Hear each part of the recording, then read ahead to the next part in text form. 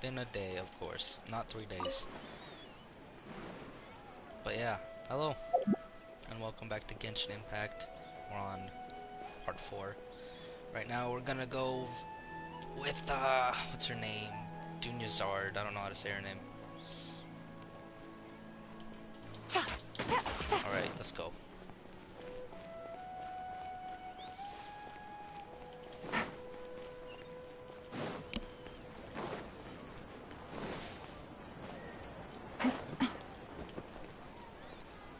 See if my thing's up right now. Is it on? Okay, good.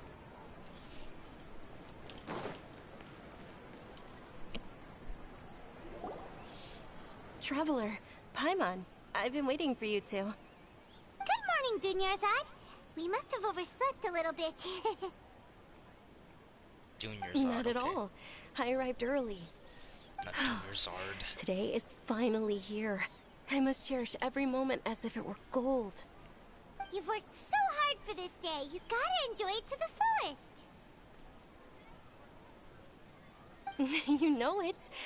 Oh, it's just that, as expected, I had some trouble falling asleep last night. I'm hoping my body won't be too much of an issue today. Well, shall we? Let's start with the stalls over there. Oh, we're working, okay. Many vendors came out of the blue to support the event. Oh my god, she walks insisted so on covering slow. costs themselves. Let's go give them some business. They paid for everything out of pocket? Oh, sounds like they're not in this just for the Mora. They all Okay, said good. I that don't contributing have to a lively festival lightly atmosphere hold it. is more important than money. Especially since we don't often get to celebrate Lesser Lord Kusanali's birthday. Ooh, they're selling food over that way. Let's go take a... This is a stall offering foods from the Haftmewa feast. Oh, you could tell straight away. I thought most people nowadays wouldn't know. The pomegranate? Mushrooms, flowers, and all kind of fruit? It's all vegetarian stuff. Aw, Paimon's a little disappointed. So, what's the Haftmewa feast you mentioned just now? It's another Sub-Zero's festival tradition. People used to set their tables with 7 different foods. Generally speaking, the most common selections were foods like Rukushifa mushrooms, lunar lotuses, Sumeru roses, sunsetias, capulatas, hara fruits, and zaytun peaches. So, the Sub-Zero festival is a vegetarian holiday?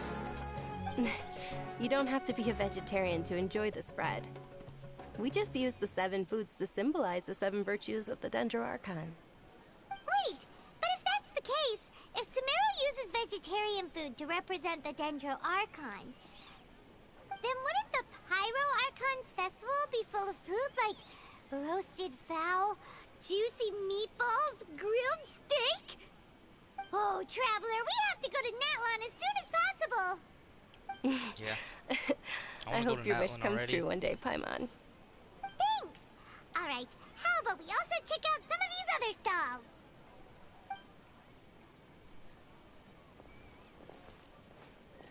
Dear customers, would you like to try your hand at alchemical divination? What's alchemical divination?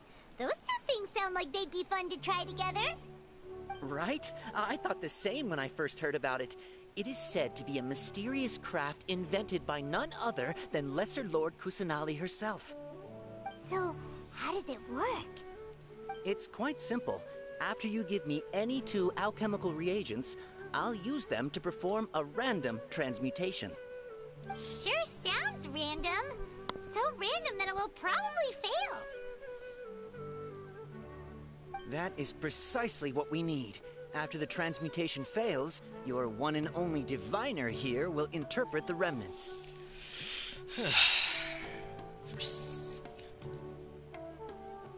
Well, according to Lesser Lord Kusanali, everything is interconnected, and all that occurs can be traced back to fate. You could say this is a pearl of old wisdom. Why does everything sound so much more credible when Dunyarzad says it? Are you guys working together? So that's the true wisdom behind it. This young lady sure knows her stuff. So, how about it? Want to give it a try? Sure. What do I not care about? I don't care about this.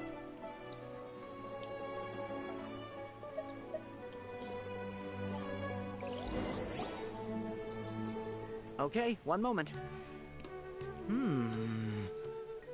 It's the moon. Paimon wants to take a look too. Is it? It looks more like a pie that Paimon bit into. Generally speaking, the moon signifies... It means... Wait a moment. Is he really looking it up in a book? Oh, I remember now. It means illusions and lies. Illusions and lies? That sounds rather ominous. Where's David? Yes, but this book says that if you trust your intuition and overcome your fears, the sun will surely rise. He's not even trying to hide his book anymore. Naturally, fate will only ever show you the beginning of a journey. It is up to you to forge your own ending. Oh, thank you so much. I'll keep that in mind. Oh, it's nothing. I'm just learning as I go. Guess that was still pretty interesting. Okay, on to the next stall. They say the Sub-Zero's festival was very lively a long, long time ago. Large flower carriages used to parade through the city. As they headed towards Port Ormos, people would throw flowers, candy, and liquor all along the way. Dunyarzad's eyes are sparkling right now. I wish I could have seen that spectacle. Why are you always walking But where if I'm you gonna ask walk? me, Stop I'm it. sure Nilu's Dance of Sub-Zeros will be You just see as her. impressive. Okay.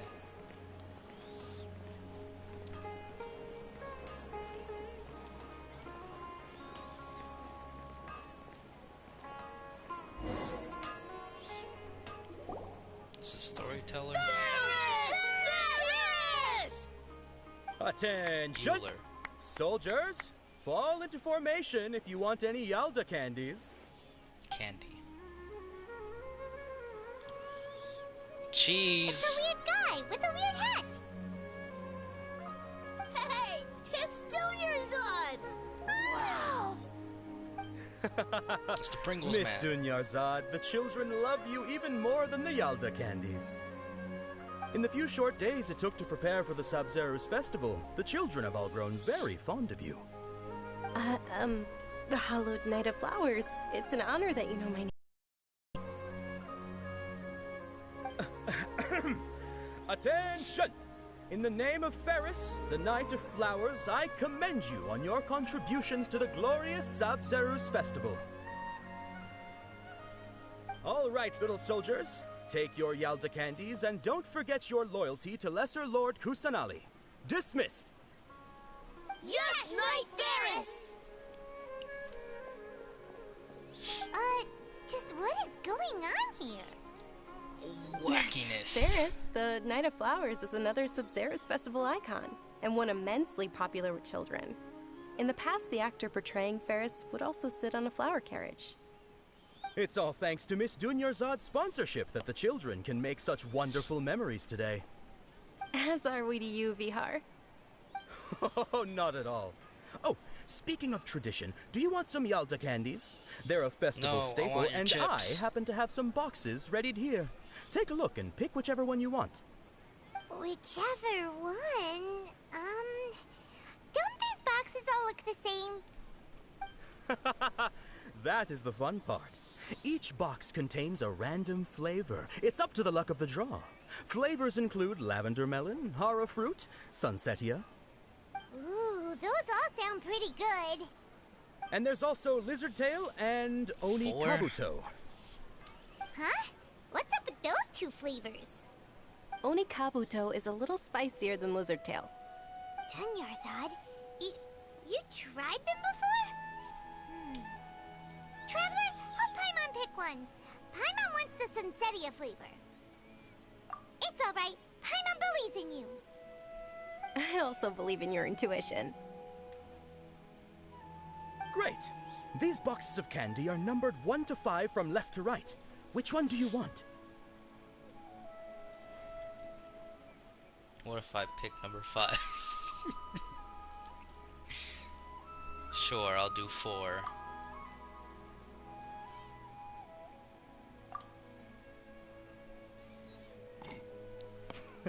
Excellent work. That is indeed Sunsetia. Paimon bet you survived so many epic battles because you had incredible luck, and Paimon was right. Attention! Here's your Sunsetia flavored candy. Thanks a lot, Knight of Candies. It's Night of Flowers, not Night of Candies. Paimon really wilted the carriageless Knight of Flowers. They all basically sound the same. We got our candy, so let's keep going. Oh, actually, I just remembered that I left something behind. Since you're here, can you come with me to get it? Dunyarzad, you probably forgot because you're so excited about the Sub-Zero's festival. How embarrassing.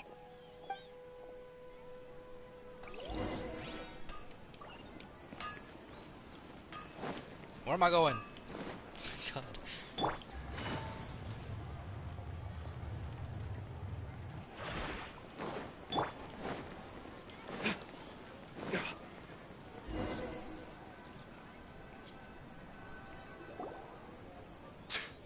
We're too late. Who knew the little lady was such an early riser? I know, right? Hey, wait a minute. Boss, isn't that her?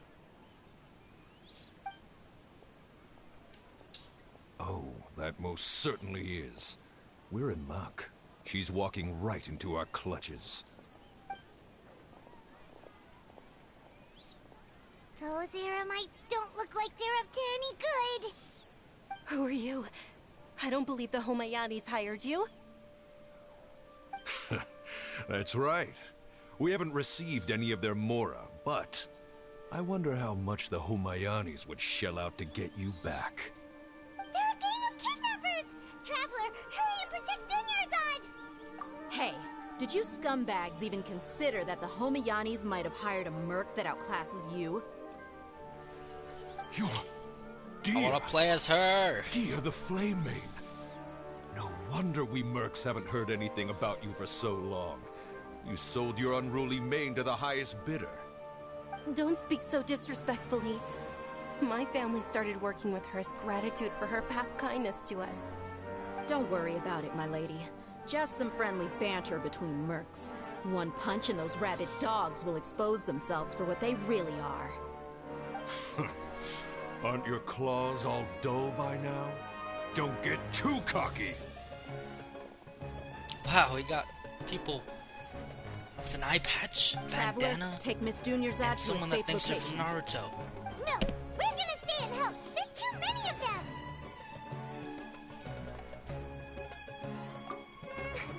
You're right. All right, fine. Please be careful, Dia. Don't waste your time worrying about me. This is my job. Look out for yourself. After I've wiped the floor with them, I'll go find you all.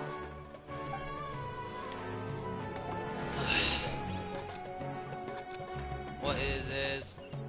Escape? No! I don't want to escape. What the heck?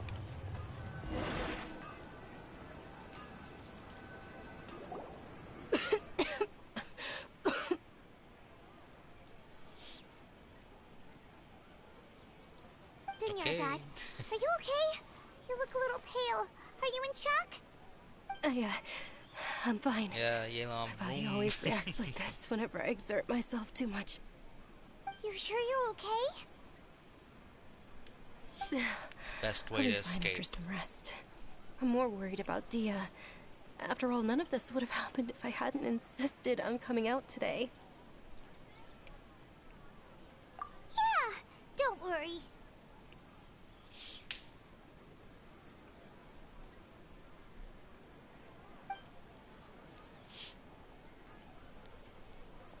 My lady, Traveler, found ya. Dia! You took care of them so fast! Why did they Any give more her of an them? accent? Or It's rather, just like did anyone follow just you? like Xinyan. It's slight, but it's Dia, there. your arm. Oh, this? I'm fine. It's just a scratch. Normally, they wouldn't have been able to land a hit on me at all, but I'm still getting used to this new greatsword. Please, let me take a closer look. Come on, it's nothing. Us mercs aren't as fragile as you think. Hold on, you said something about a new greatsword. What happened to the one you were using before? About that. Well, I sold it, because I was low on Mora. Stuff like this happens every now and then. So many broke people on this It game. can't be. The anonymous donation that was used for the venue's final round of preparations?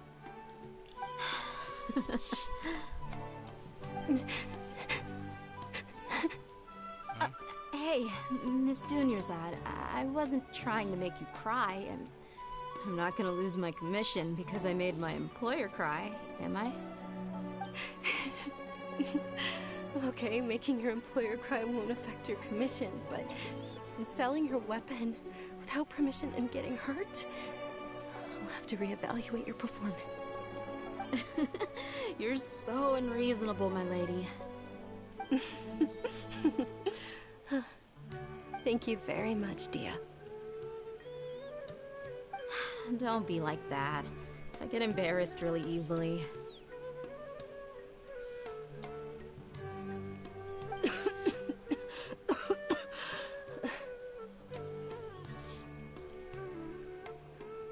Are you feeling unwell again, Dunyarzad? My lady, I forgot your what her condition was. Traveler, She said can you condition take her same time somewhere as to me. rest? I'll look around the area to make sure we're safe from an ambush.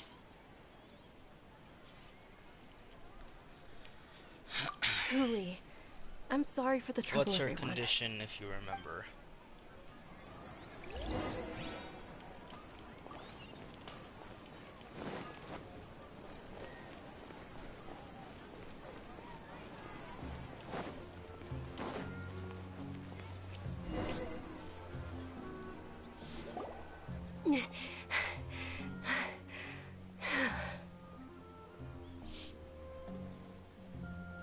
Are you feeling better, Dunyarzad?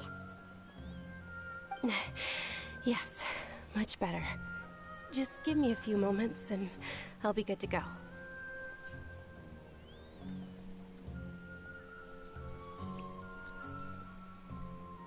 Okay. I didn't realize you were concerned about it. Let me I look guess that I up. shouldn't continue to keep it a secret. I was actually born with Elazar. It's terminal now. You just said it. Can't believe it's Elazar. Oh, you've already heard of Elazar. In that case, you probably know about its severity. Sumeru's current medical advancements still haven't been able to find a cure. The disease's progression can only be delayed through environmental therapy. Dunyarzad. There's no need to be sad. I've always lived with Elazar, and I doesn't- came to terms with it a long Doesn't time Kali ago. have that? Compared to the simple fact that I'm afflicted with this, its effects on my life have been much more painful. I know that my family loves me dearly. They've done all they can to provide the best environment for me so that I can live for that much longer. However, I know I will one day succumb to this. Did you know? Before I ran away from home this time, the world outside of my home didn't even know that I existed. Since I was a child, all I could do was sit on my bed and stare at everything outside of my window. I'm sure my family's worried and disappointed in me for running away, but I just didn't want to have any regrets. I wanted to meet other people. To me, there's nothing more beautiful than being able to meet and speak with others. Not to mention the incredible time spent preparing for the festival. The joy on everyone's faces here, and all the support I've received from friends like Dia. This way, when my final day does arrive, it will be less sorrowful. At the very least, many people will remember that I once existed in this world, right? As long as you don't forget Paimon. Paimon also won't forget about you. No. Even if you forget Paimon, Paimon will still remember you. Thank you two so much. I apologize for the depressing conversation. This is out of character for me. To be honest, Lesser Lord Kusanali gave me the courage to do all of this. If it weren't for her encouragement, I wouldn't have taken that first step. Thanks. There will always be frustrations in life, but I know that the point of living is not to leave behind any regrets. Oh, right. Isn't it almost time? Huh? Almost time for what? Isn't the Dance of Sub-Zeros about to begin? It's the part of the festival that I've been looking forward to the most. Nilou will recreate that legendary scene with her most splendid dancing. And the Sub-Zeros festival will conclude amid everyone's applause and blessings. And with that, my wish will also...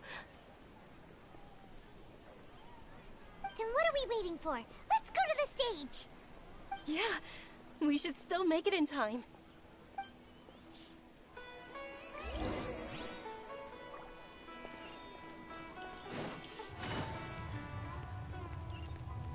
Oh, wrong way.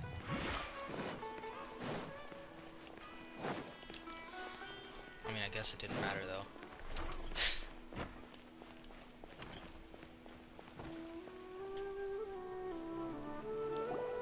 Were you not aware that the law prohibits this type of performance from taking place without prior permission? Over there! Someone's yelling at Nilou! I think I just saw the Academia's Grand Sage. Why is he here in person? But the Dance of Sub-Zeros is one of the key parts of the Sub-Zeros festival. If we can't perform it... The Sub-Zeros festival. The law also prohibits the private hosting of large-scale religious festivals. Only the Academia can host such an event. If you continue to resist, we will have to order an investigation into every single event organizer. The Grand Sage has already granted you much leniency. I advise that you exercise What is he wearing? How did things turn out like this? The Academia was originally responsible for the Sub-Zeros festival, but they failed this responsibility for many years. I need to speak with them. This is a hard pill to swallow, but you're right. Things would only get worse. Art, dance. Aren't you ashamed of pursuing such frivolous and meaningless activities in this land of knowledge and reason? Our Archon created the utopia that is Sumeru City for all scholars who sought validity, verity, and truth, while people like you wish to defile it. No. I believe that our Archon never rejected the arts. Even the goddess of flowers dedicated a dance to her. With your lack of intellectual credentials, I do not believe you are qualified to debate with me. What you should be doing is finding workers to tear down this ridiculous eyesore.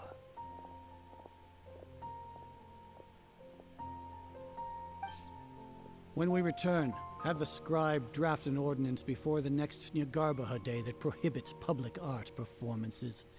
We will announce it to the public later via the Akasha. Understood. I will inform him when I return.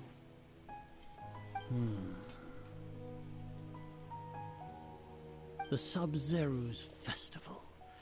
Go celebrate the birth of that god to your heart's content. Nilou, are you okay? Oh, Dunyarzad.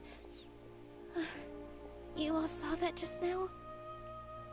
The Grand Sage ordered us to stop the performance. Yeah. Let's go somewhere the Academia can't find us and perform there. But how do we let everyone know? And what about the atmosphere on the stage? Or we could get people to block them off so they can't interrupt the performance. No. They just threatened to investigate the organizers. If we were caught... Nilou, it's all right. Don't worry about it. But you've been looking forward to the Dance of Sub-Zeros so much. And I know how important this festival is to you. I don't want you to have any regrets. It's okay.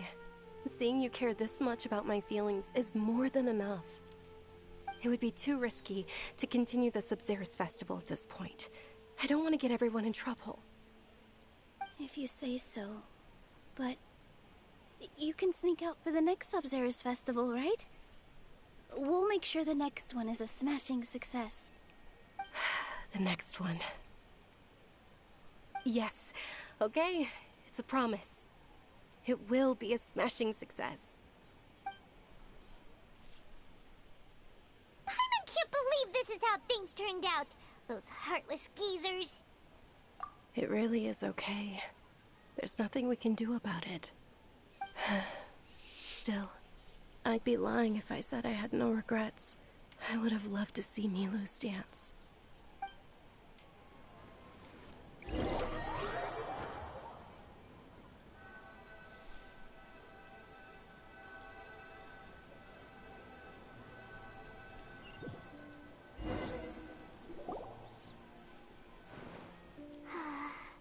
A lot happened today.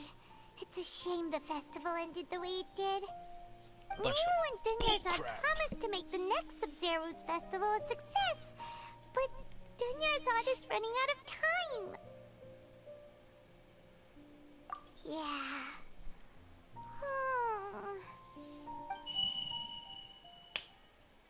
The heck was that? All connections have been secured to construct the most stable framework possible. The project is entered its most critical phase. Power has begun to flow from...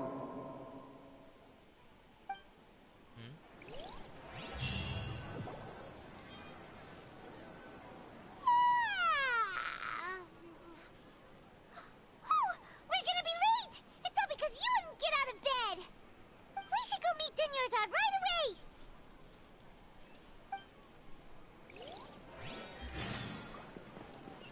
We're not gonna be late.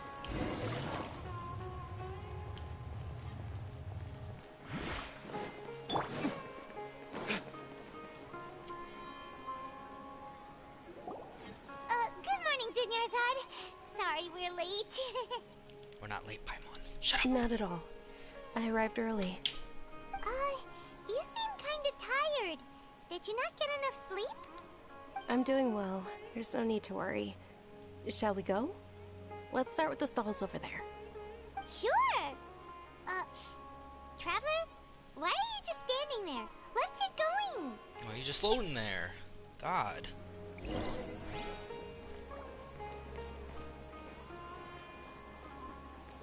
Okay, I thought she was about to get stuck. Ooh, they're selling food over that way! Let's go take a look!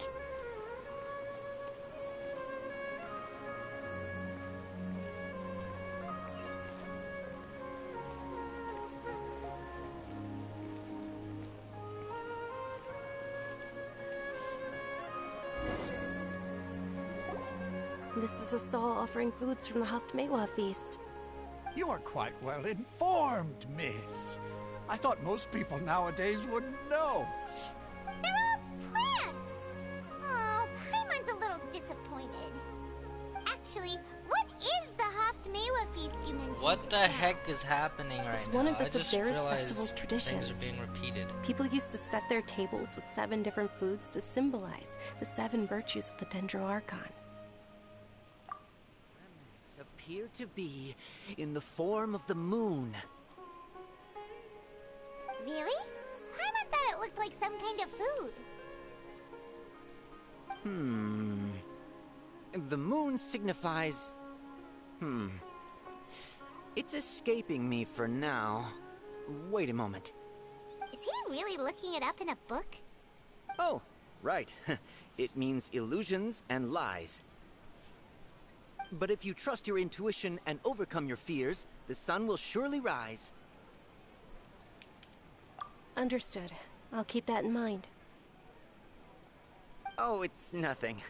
I'm just learning as I go. Guess that was still pretty interesting. Okay, on to the next stall. More candy. So, where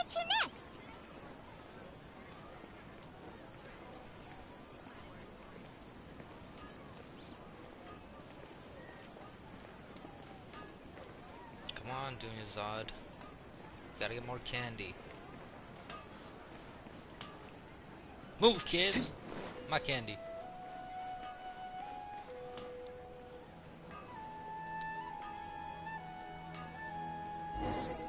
Things can't go on like this. Varys! All right, soldiers. Now that you have your Yalda candies, don't forget your loyalty to Lesser Lord Kusanali. Dismissed. Yes, Knight Varys! What's going on? Is this a play? Ferris, the Knight of Flowers, is another Sub-Zerus festival icon and one immensely popular with children. It's all thanks to Miss Dunyarzad's sponsorship that the children can meet the Knight of Flowers. Oh, do you want some Yalda candies? I happen to have some boxes ready here.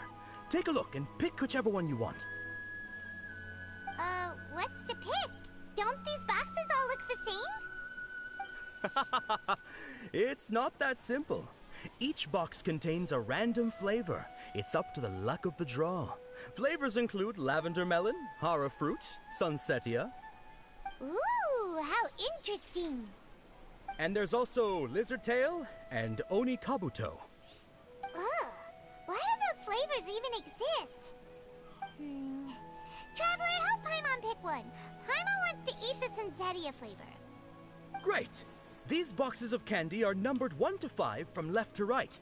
Which one do you want?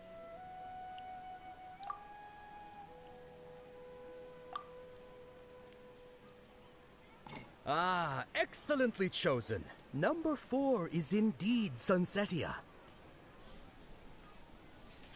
Ha-ha! Paimon bet you had incredible luck, and Paimon was right!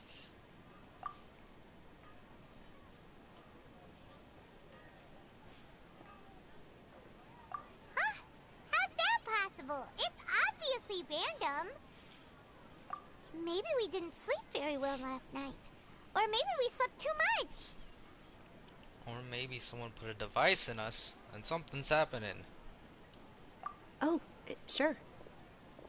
Huh? Where are you going? You're just gonna walk off like that?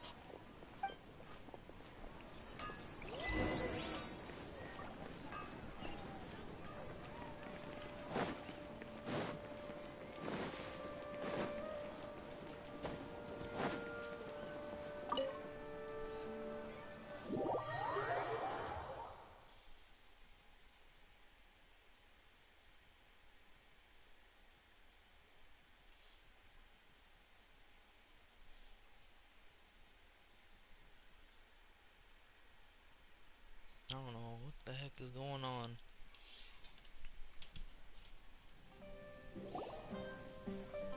A feeling of deja vu? Oh, Paimon knows what that is. It's when you feel like you've already experienced whatever is going on. In that case, Paimon also felt something like that today. But that's just our brains playing tricks on us, isn't it? No. So, why'd you run here in such a hurry?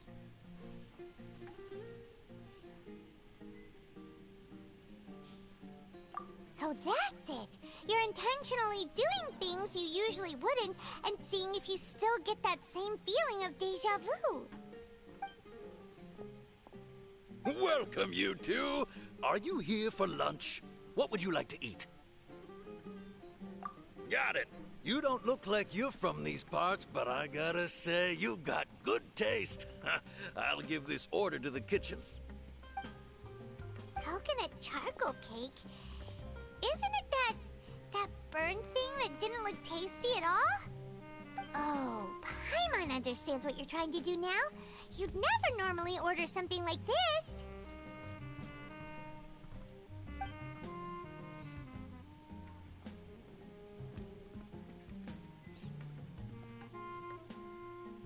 That thing? Are you really gonna eat it? No, you're gonna eat it. Isn't this going a bit too far? Face. How was it? The look on your face is telling Paimon that it tasted awful. Then, Festival. We were just talking about how gross it looked. So, would this be a case of taste bud deja vu?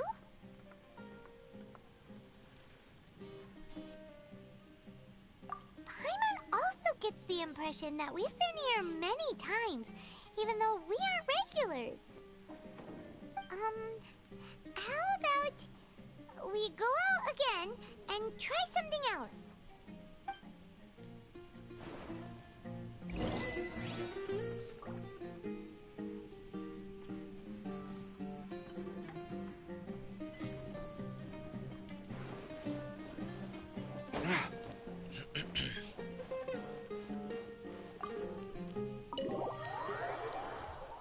Hello, Kai.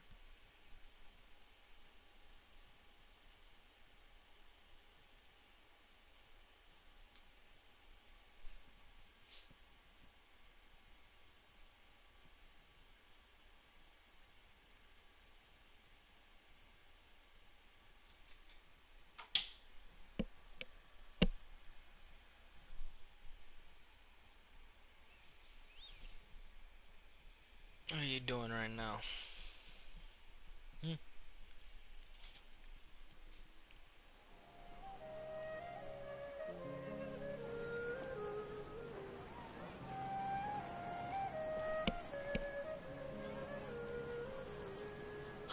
Dunyarzad is sitting by herself on that bench over there.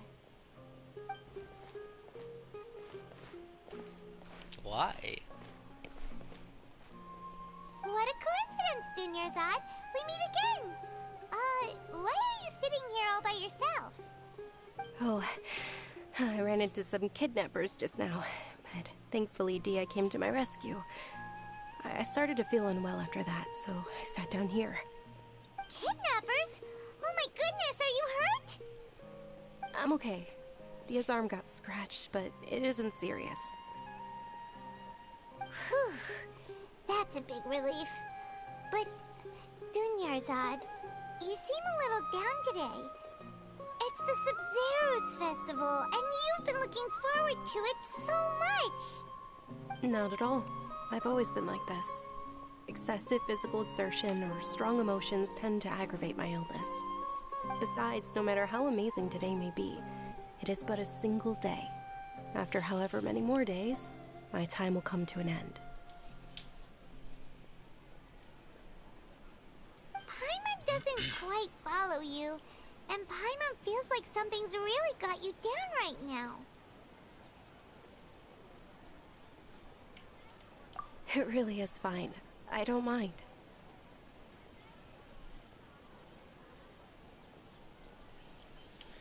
Huh? Did something happen? Dunyarzad, have you ever felt deja vu?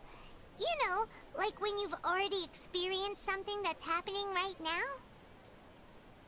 Deja vu? No. But my days have been the same for years now. Even if I were feeling deja vu, I suppose I would already be used to it. Oh, Paimon sees. Then, is it only the two of us? It's almost time. Huh? Time for what? Milu's Dance of Sub-Zeros is about to begin. Let's go. Milu.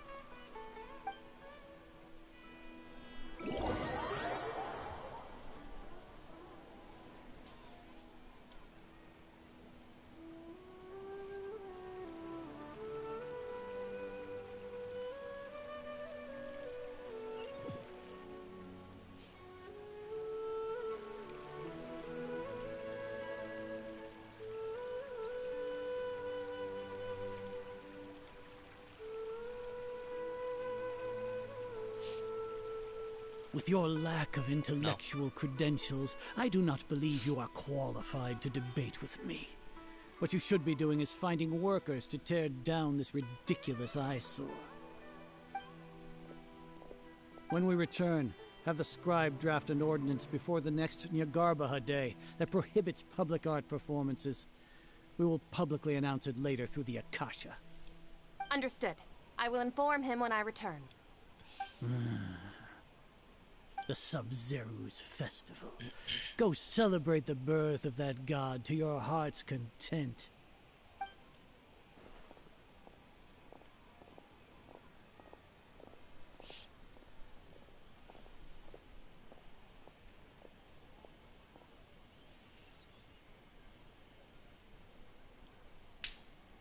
Miru, are you okay? Oh, Dunyarzad. The Grand Sage ordered us to stop the performance. Why does she kind of It's okay. sound like Barbara? There's nothing we can do about it. But you've been really looking forward to this. I don't want you to have any regrets. It truly is unfortunate, but I don't want to cause trouble for anyone. Didn't the Grand Sage say that he might investigate the organizers? True, but...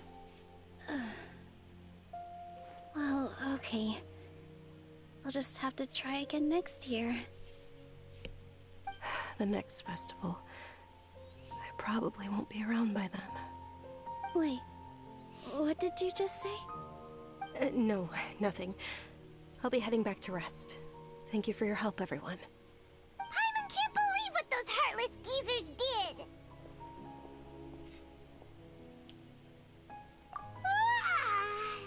Did Dunyarzad already go back? We should also return and get some sleep.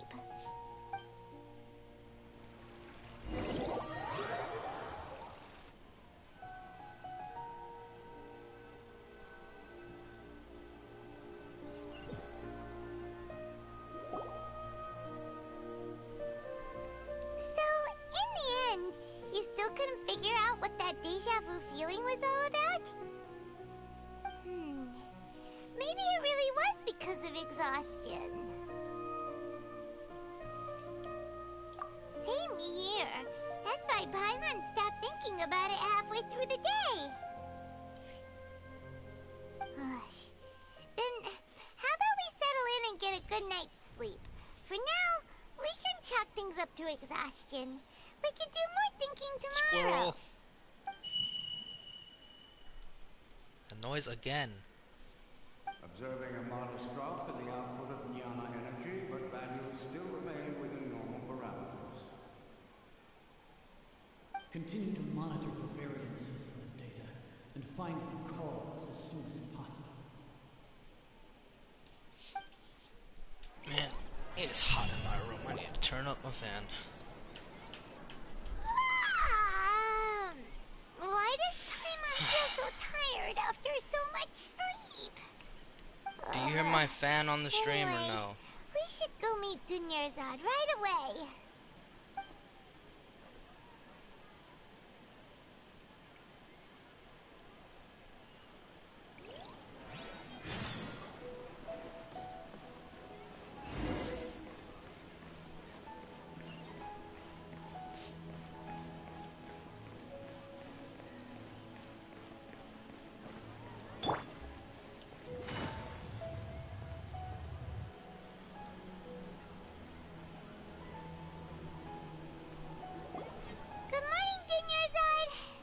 Keep you waiting. Not at all. I arrived early. God. Paimon thinks you sound kinda tired. Did you not get enough sleep? Why are we on Lou? I'm doing well. There's no need to worry. Shall we go? Let's start with the stalls over there. Great idea! Let's get going! Traveler?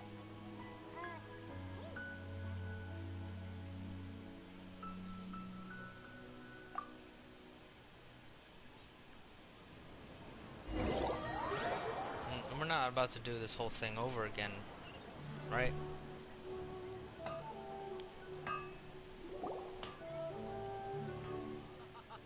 It's all thanks to Miss Dunyarzad's sponsorship that the children can enjoy the Sub-Zeru's festival.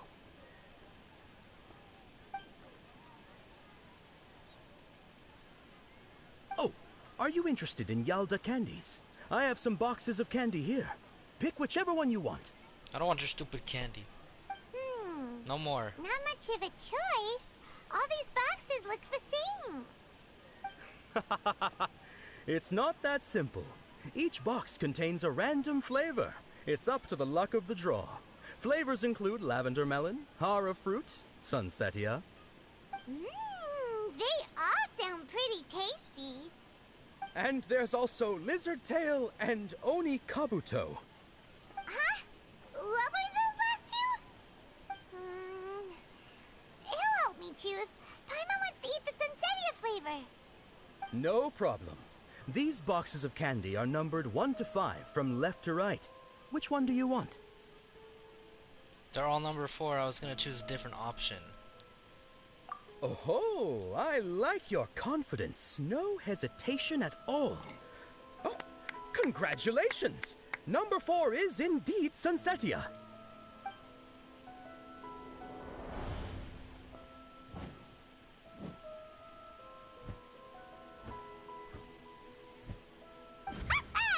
Paimon knew he always had incredible luck.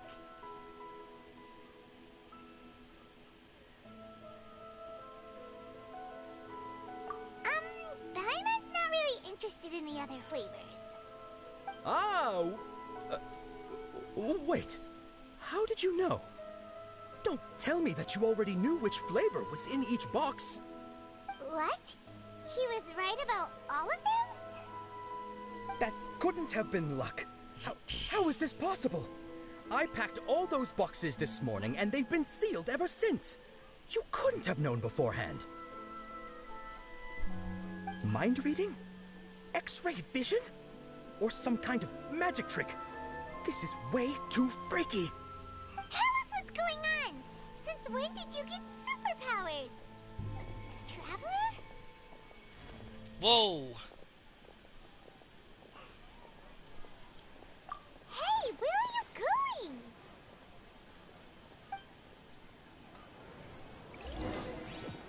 What's going on? Did you see something? Us leaving Dunyarzad without letting her know is kind of... What was that about? There she is.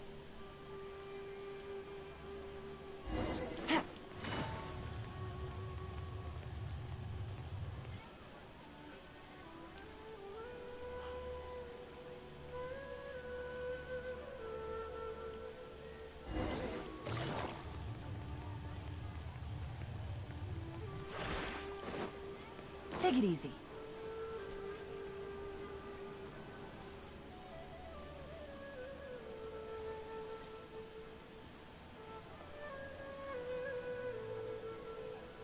The little bird. What are you looking for? Why did we come here?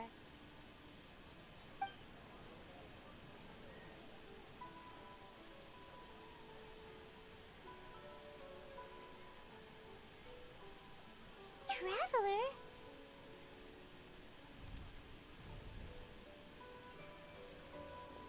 What the heck? That's... I guess that's not the right little bird. Oh, it was!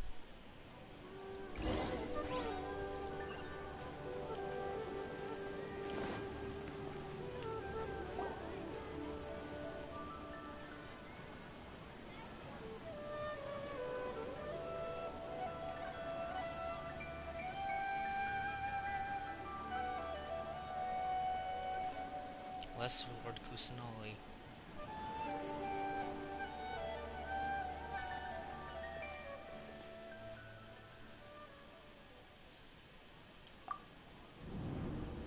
What the heck? Look! That's... Isn't that Dunyarzad? What's happening here? Why are there two Dunyarzads? You already know that this isn't your first Sub-Zero's festival, don't you? I'm sure you already know how to use this.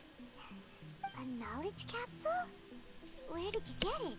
Hold on What's a second. inside? I'll be right back. My dog's barking too much.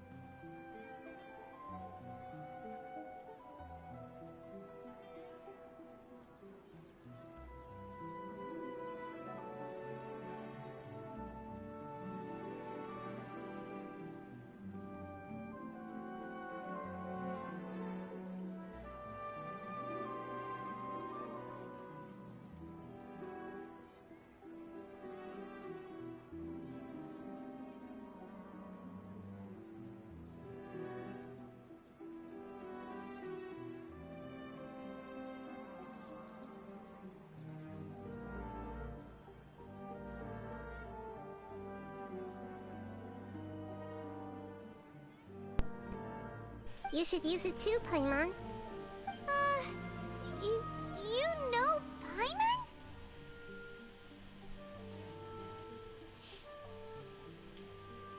Well, this seems kinda sketchy, but Paimon feels like this is what we should do.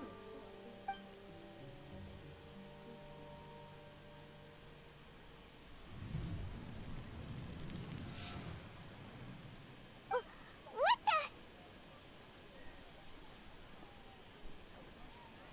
This is our 20th time at the Sub-Zero's festival? Huh? No. The 30th? 40th? Just how many times have we been to the Sub-Zero's festival? Have we been trapped in a single day? If it weren't for you, we wouldn't have even realized. What the heck was inside that knowledge capsule? Your memories are still scrambled? Try your best to remember. This isn't the first time we've met, and I answered that question a long time ago. Let Paimon think.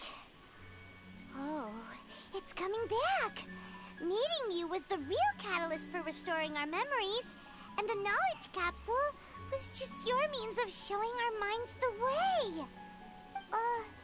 What about everyone else? Why are you only helping the two of us? Your sense of deja vu is stronger than everyone else's, yes? As for an explanation, you two received the blessing of Dendro, and you also have special, sensitive constitutions. It was as if a single sheet of paper was separating those memories from your consciousness. A familiar question. I think this is the 7th time you asked that. 7th? As you can see, she isn't doing well. You probably sensed it too. The Dunyarzad you were just with is different from the first Dunyarzad you met. That first Dunyarzad is in front of you right now, and she doesn't have a lot of time left.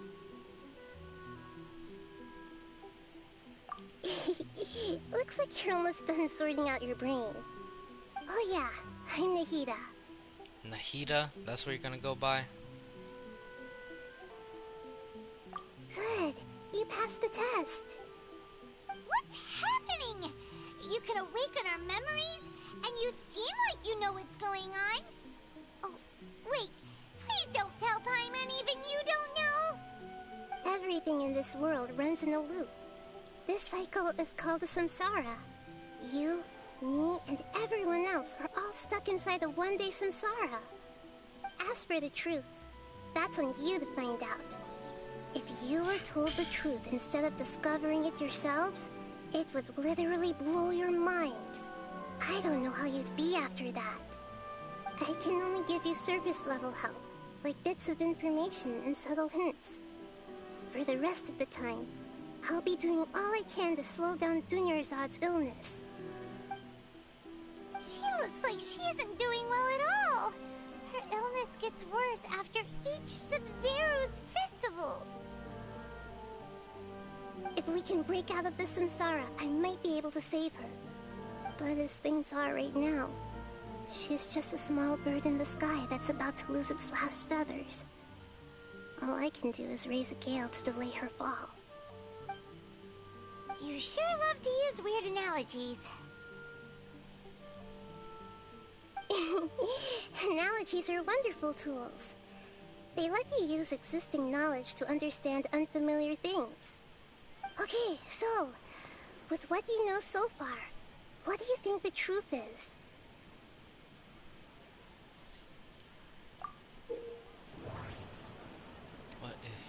What the heck is this?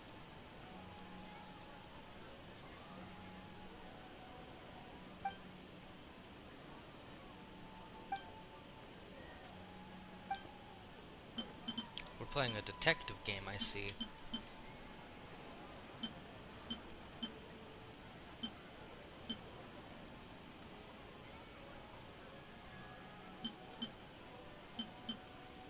The moon, illusions, and lies. What did they all mean?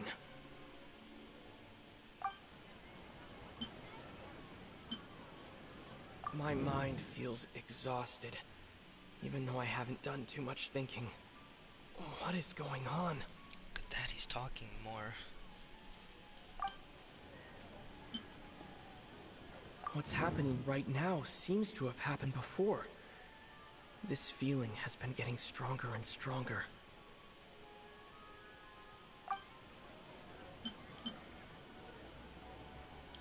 We've already experienced the Sub-Zeru's festival many times, and the day of the festival seems to be in a perpetual samsara. The Grand Sage said, "Go celebrate the birth of that god to your heart's content." Did he mean something more?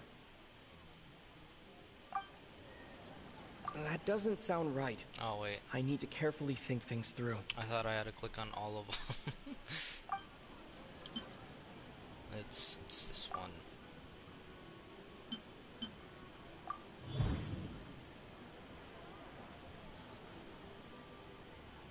That should be it. The flow of time is endlessly cycling within one single day.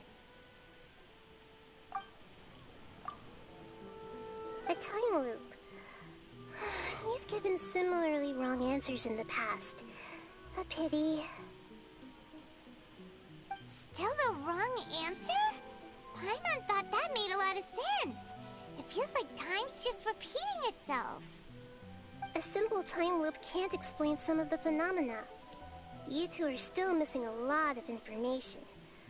Unfortunately, I can't give you any more hints.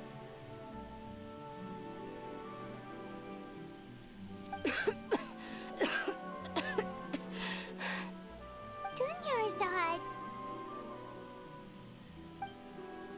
The Sub-Zeru's festival is happening every day, but that doesn't mean we can waste an infinite amount of them. Hurry and find the truth before today's festival ends.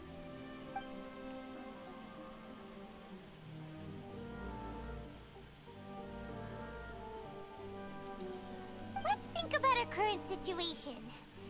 To save Dunyarzad, we have to escape the samsara of the Sub-Zeru's festival. And to do that, we need to figure out what's happening. The truth. Nahida rejected the idea of a time loop, so we must have missed something, right? Paimon's memories say that we've already done this many times, but let's go talk to people again. It's more productive than sitting here and scratching our heads. Why don't we start with those stall owners?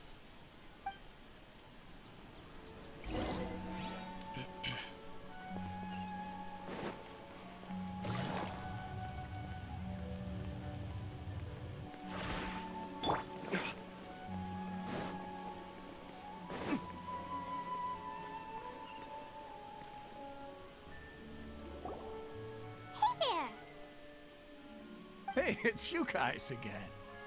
Where's your cultured friend? She's feeling a little unwell. I see. Did you come back to buy something? I guarantee the freshness of my products. I harvested them from the forest just yesterday.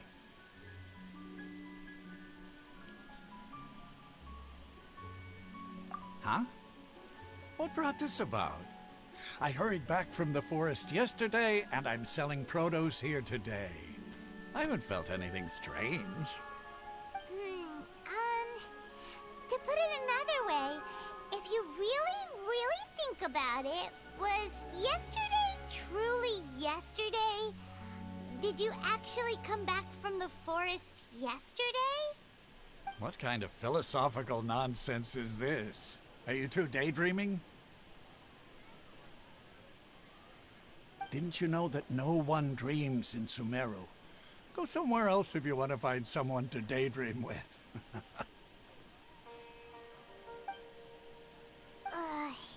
He actually has a point. Is this a dream? Is everyone dreaming? True. It's so weird that people here don't dream. Why is that? Anyway, if this all really were just a dream, we would have woken up a long time ago. Let's keep asking around. New screenshots.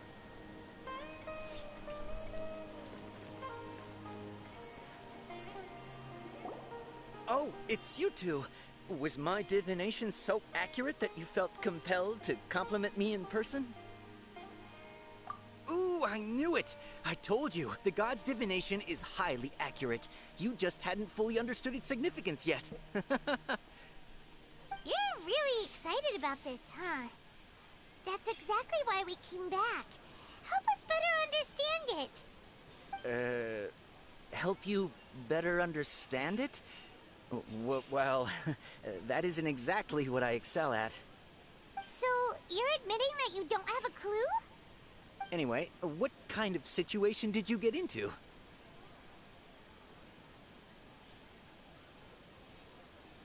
Huh? Hold on a second. I thought you guys just lost your wallet or fell for a scam. What you just said, are you serious? Does that kind of thing actually happen in real life? I knew you weren't going to believe it. Marvelous. Truly marvelous. I believe you. Recall the interpretation of your divination. The moon, illusions, and lies. It really felt like an omen. When you say it like that, the divination does sound like it's related to what's going on. Can you read any more into it? I believe that the Archon's revelations are never more than vague hints. Anything more specific is beyond the reach of mere mortals. The book only says, if you trust your instincts and overcome your fears, the sun will surely rise. So that's how it is. Looks like fortune-telling is just fortune-telling. It's no good for practical problems. We haven't made any progress. Who else can we talk to? Paimon remembers that we tried talking to her a couple of times, but she always thinks we're playing pranks on her. You think she'll brush us off again? Yeah, if we tap into Dia's strong sense of responsibility as a mercenary, then she'll definitely take us seriously. At this time of day, Dia's probably just finished beating up those kidnappers. Let's go find her.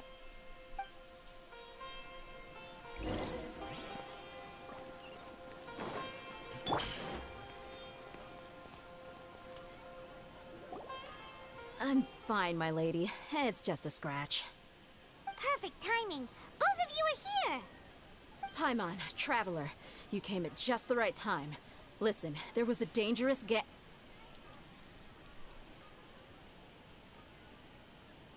Huh? You saw? Then why didn't you jump in earlier? If someone was protecting Miss Dunyarzad, I could have went all out. Anyway, can you do something for me? You want the traveler to take Dunyarzad somewhere to rest up while you check to see if there's still any kidnappers around. Did Paimon get that right? How did you know what I was going to say? We need to say something convincing.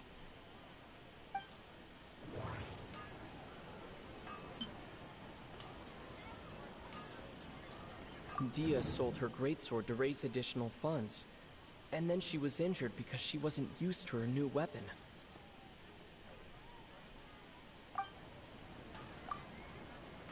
Tell her, traveler!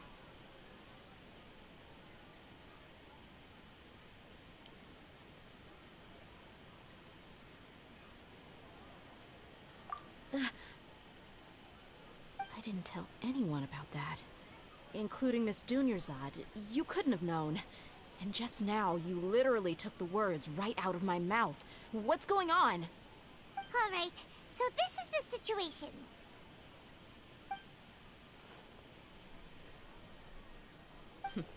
It's kinda hard to believe what you just told me.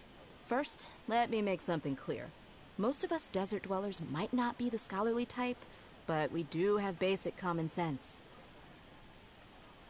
She's quieter than usual.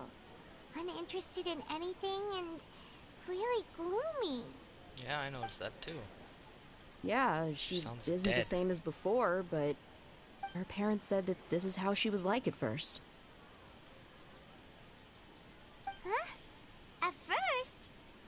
I don't quite understand what you're all talking about. I'll go rest on the bench over there. My lady, are you angry? All right, I'll give you the benefit of the doubt since you knew about my greatsword. Let's make this a quick trip.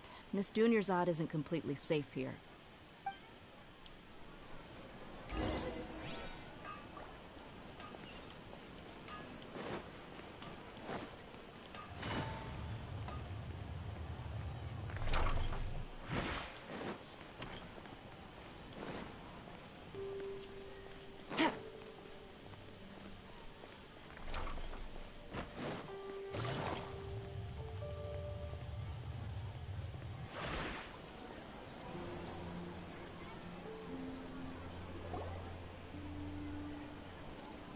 Okay, good. She's still there.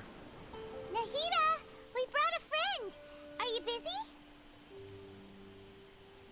I thought I told you that it won't help to bring anyone here. We just wanted her to see the real Dunyarzad's condition. The real Dunyarzad? Where and who are you talking to? Huh? I told you that you two are special. Other people can't see me or Miss Dunyarzad here.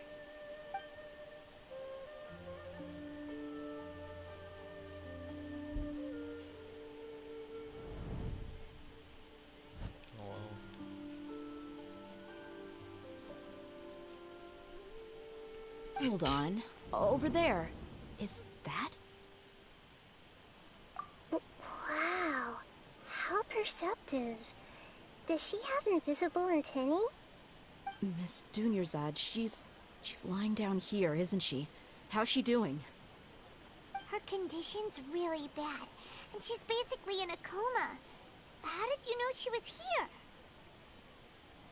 I can sense her aura. There are also lingering feelings of something like regret or disappointment. What happened? Do you believe us now? The Sub-Zero's festival has been repeating itself. So, you think the sages are behind this? Yeah, they've always been against us. Wouldn't surprise me if they're using the Akasha to intentionally repeat the Sub-Zero's festival as a sick joke. You have a point. Aside from the Dendro Archon, the Academia's sages are the only ones in Sumeru who could pull off something like this. Maybe there's more to the Akasha than we know.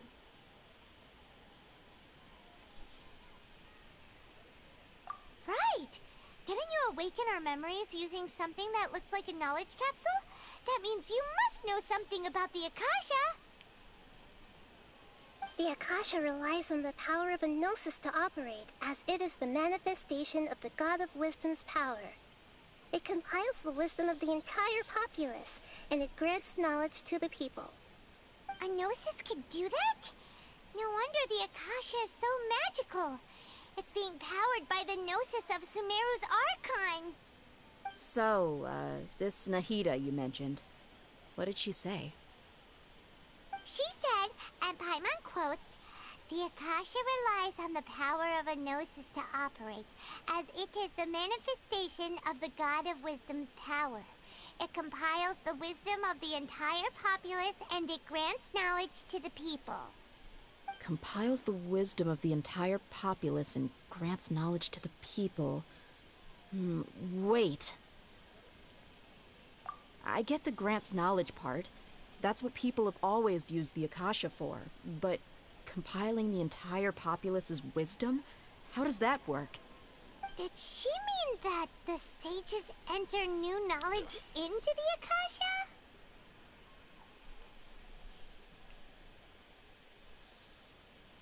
Oh yeah, that sounds about right. What do you think?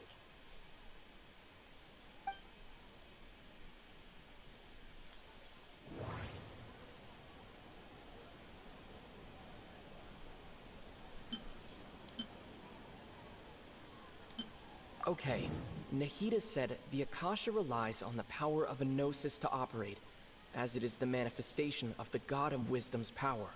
It compiles the wisdom of the entire populace, and it grants knowledge to the people.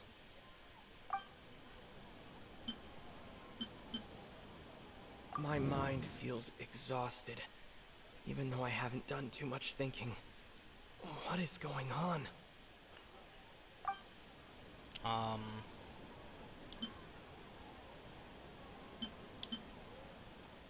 That doesn't sound right. No? Okay. I need to carefully think. What about this?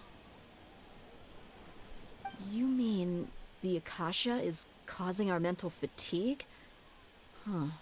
Now that I think about it, my head's been feeling unusually heavy.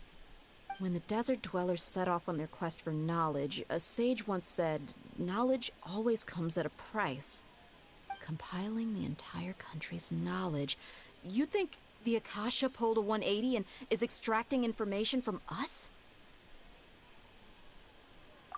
Who knows? The Akasha can put knowledge into our heads, so who's to say that it can't also poke around in there? We don't know any specifics. What's the point of doing something like that? Just think about it. If you could combine the knowledge of every single person in Sumeru, then you can basically turn Sumeru City into a single massive brain. This hive mind could make breakthroughs in problems that even the smartest geniuses can't crack. An excellent deduction. And the analogy comparing Sumeru City to a massive brain?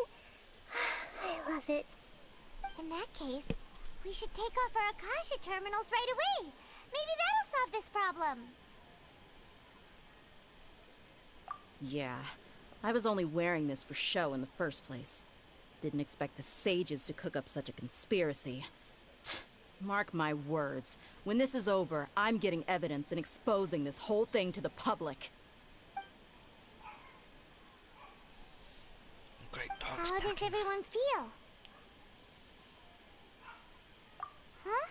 What is it?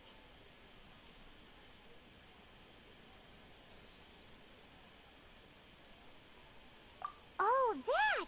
Paimon knows what you're talking about. It's a single soft beep that sounds like it's coming from the Akasha terminal. The sound of a beep. Could it be a prompt tone for when the Akasha is operating? That's probably an important clue. We weren't using our terminals, but we heard a beep anyway. That beep? Traveler, did you hear that? I heard it too. Our Why's it ears getting aren't darker? messing with us. There was definitely a beep, but it sounded like it was coming from inside my head. We took off our Akasha terminals. What the heck is happening?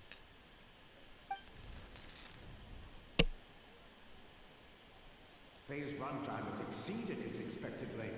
At this rate, there may be casualties. But we cannot lose all of our progress.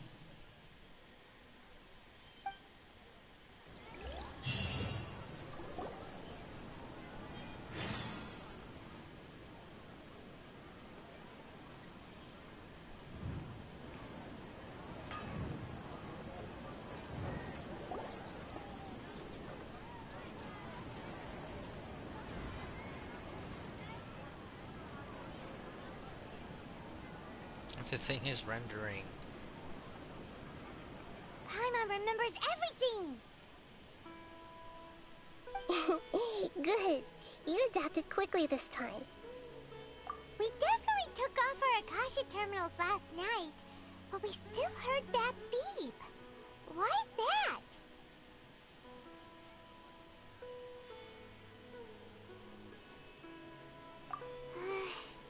But now we can at least confirm one thing. The Akasha definitely has something to do with whatever's trapping us in this cycle. Oh, Paimon doesn't get it. Why would the Akasha go this far if all it wants is everybody's wisdom? It's extremely difficult for lab rats in an experiment to understand why they're being treated the way they are. If we're lab rats, then what are you? Nihida, you've never told us anything about yourself. I guess I'm the moon. The moon? Wasn't that the result of our divination? Anyway, knowing who I am won't help you get closer to the truth, so you should focus on other things. Don't get distracted and miss any clues. Okay then. Dia helped us a lot yesterday, so let's go find her. If Paimon's reading the time correctly, those kidnappers should be showing up soon.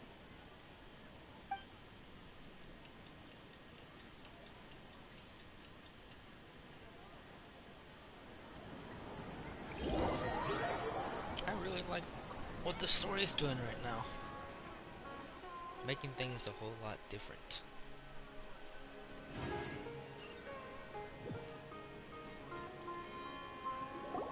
Ah, there you are. I've already taken care of those kidnappers. My lady, did you get hurt? Huh? Dia? She doesn't have that thing on her arm now. What's wrong? Why are you both gawking at me like that? You didn't get hurt this time. Huh? What do you mean this time? Why are you so surprised that I managed to get out unscathed? Those kids were amateurs. Shh! How did you know about my greatsword? I haven't told anyone about it. Please, don't tell Miss Dunyarzad. She's right there. So Dia's lost her memories after all. Anything strange? You already know that I got a new greatsword.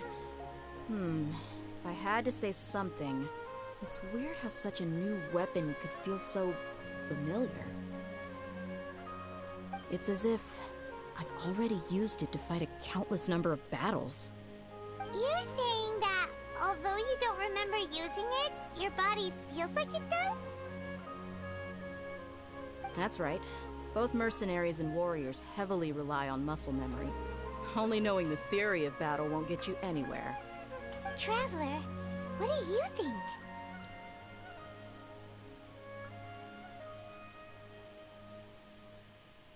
Yeah, Paimon's feeling really hopeful. Oh, you're right! Earlier in the Samsara, something like this would have never happened. I have no clue what you two are talking about, but it's still dangerous here, so... So you want us to take Dunyarzad somewhere else to rest while you check if there are still more kidnappers around, right? How did you know what I was gonna say? Can you read minds? Forget it. Go and do your thing.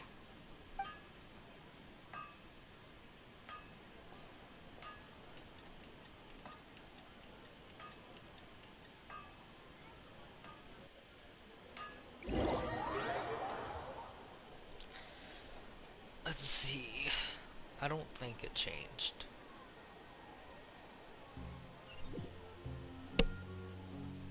Whew. It's finally nighttime. Aside from Dia not getting injured, everything seems to have stayed the same. Listen, Nahida, we found out that Dia got out just fine today, even though she got injured every other time she fought the kidnappers. Do you think the Samsara has been broken? Have we saved Dunyarzad? Really? Good job on all that progress. Get some good sleep tonight. Hey, what kind of an answer is that? Tomorrow will come.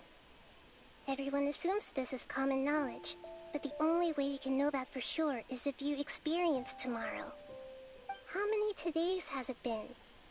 Is it possible that today will be followed by yesterday? Does tomorrow truly exist as anything beyond a made-up concept? It's even possible that this entire world is a lie, and the history of the whole world has just been one endless Sub-Zero's festival. Okay, no more! Paimon's brain is already shut down. That's why it makes no sense to waste your energy thinking about things you will learn tomorrow. Get some good rest. You know, use the bathroom and flush your anxiety dookie away. Oh my god. Huh? Hold on, what did you just say? Did Paimon hear you correctly? Huh? People always say they feel a sense of relief after they take a duk-duk. That's That's why I suggested you could try that. I've never Is that heard so a character strange? say that on here. It's so strange and so against common sense that Paimon's at a loss for words. You were sounding kind of smart just a minute ago. Yeah, even though it's happy and lively at the Sub-Zero's festival every day, it feels like it's been a long time since we've really gotten to relax. Let's go back to our room. Oh, there's the beep. Continue the harvest. Compared to what you stand to achieve, these sacrifices are trivial. Trivial.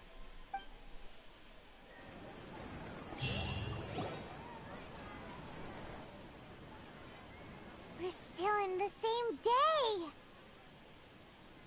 Nahida, you already knew last night that we didn't break out of the Samsara? Why did you tell us? She ain't gonna tell us anything. Would there have been a point? You would have spent the night with new worries, with tomorrow still out of reach. In that case, you might as well rest within that brief moment of hope. An opportunity like that doesn't come by often, and I thought it might help you clear your minds. Paimon thought that Duke did that! Whatever. Guess you were looking out for us after all.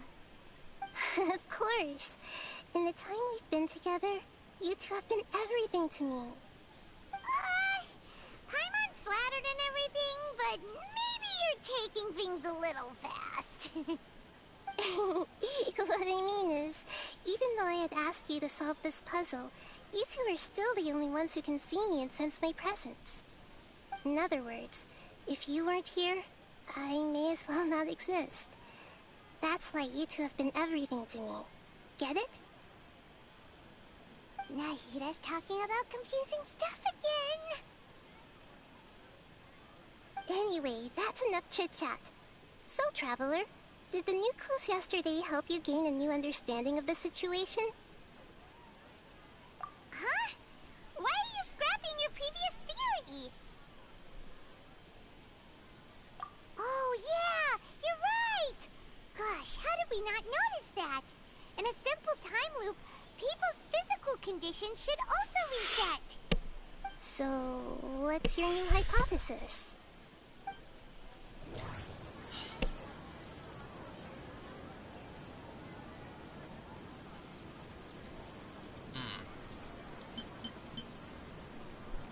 Okay, Nahida said the Akasha relies on the power of a gnosis to operate, as it is the manifestation of the God of Wisdom's power. It compiles the wisdom of the entire populace, and it grants knowledge to the people. Okay, but I think maybe... Mercenaries rely heavily on muscle memory, and Dia was able to use her experiences to avoid injury in later samsara cycles.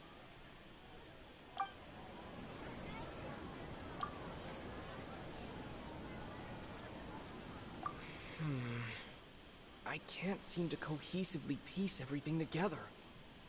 Okay, well...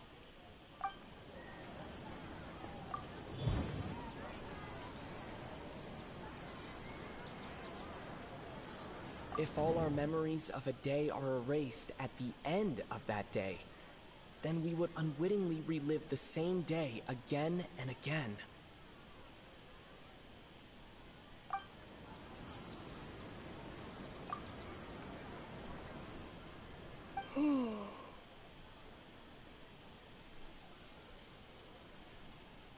Oh, then the beep we hear every night could just be indicating the deletion of our memories. That's why when we wake up, everyone thinks the Sub-Zero's festival hasn't happened yet. It's already the next day, but everyone still thinks it's the day before. But muscle memory can't be erased. That's why Dia has been getting better at using her greatsword. Now everything makes sense. A brilliant deduction. Nahida, tell us if we're right or wrong. To put it simply, it's as if you've mistaken a pyro crystal fly for a firefly in the night. You lost sight of its true nature because you focused too much on your perception that it glows. That isn't Why don't you go talk to Miss Dia again? You might learn something new. Right! She did help us find our latest clue after all. Let's go!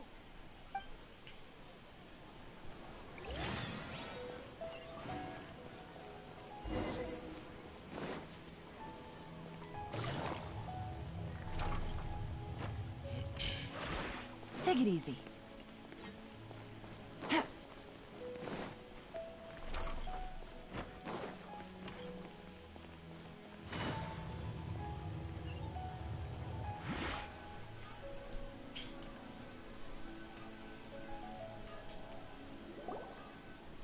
There you are. Really took me a while to find you. As expected, Dia also didn't get hurt today. Get hurt? Why would I? Don't underestimate me. Well, you're still getting used to your new greatsword. Huh. Truth be told, I also think it's pretty strange. It just suddenly felt so familiar in my hands and... wait a second! How did you know I got a new greatsword to begin with? I didn't tell anyone about it. Traveler, could you explain the situation to her today? Paimon's gotten a little sick of doing it. Oh, that works!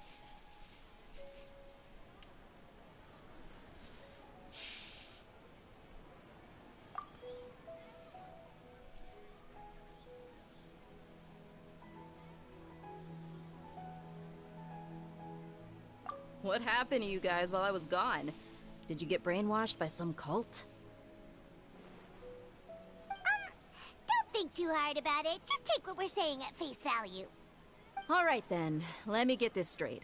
You're telling me that my body's already gotten used to this greatsword, but my brain just doesn't remember it? Yes, your memory's being erased every day. Then I'd have to disagree. That's impossible. Oh? Why do you think that? If we've actually been reliving the Sub-Zeru's festival day after day, then what happened to the things we used, the money we spent, the food we ate?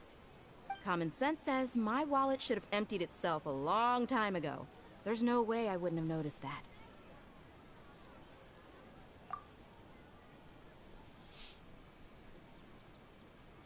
Right! They could use the Akasha to record what everyone did that day, and then use the city's resources to replenish everything! It's not very likely, but it's also not impossible. No, it is impossible. I've got proof. You have proof? Where? You two are surprisingly serious about this nonsensical discussion. Fine, I'll play along for a little longer. Come with me, Miss Dunyarzad. Please come along as well. I still can't guarantee that this area is safe.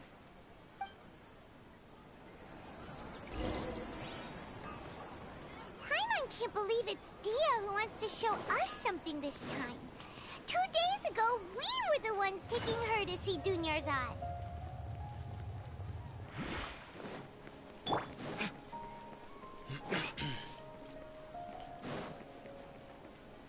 Alright, let's see this proof. This is it. Huh? This is a wooden training dummy. What about it? See those marks on the dummy? Those are the result of several days' worth of practice. Let's say the sages didn't replace it every day. Shouldn't it be hacked to pieces by now? That's true, but what if they did? Then the sages would have had to reproduce every mark I left during previous training sessions. I'm a professional fighter. My martial school has always emphasized the importance of refined control. The force, angle, and entry point of each strike is calculated and deliberate. That's why I remember every mark on the dummy, as well as my state of mind as I made each strike.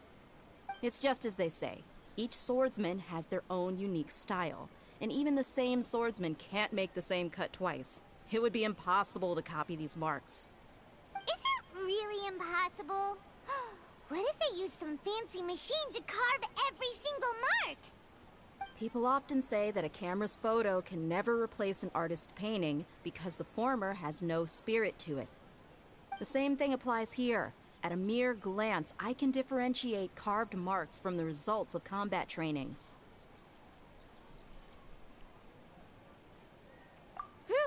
Hope that cleared things up for you. Hey, is this that new brain-exercise game that's been super popular with the scholars lately? It's surprisingly fun. Anyway, it's getting late. I should escort Miss Dunyarzad to Nilu's stage. See you later. Well, back to square one. Is our memory deletion theory also wrong? But at least we've reached some other conclusions in the meantime. Yep, that's true.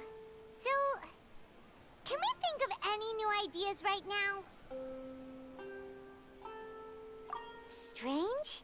Paimon feels like everything's been strange lately.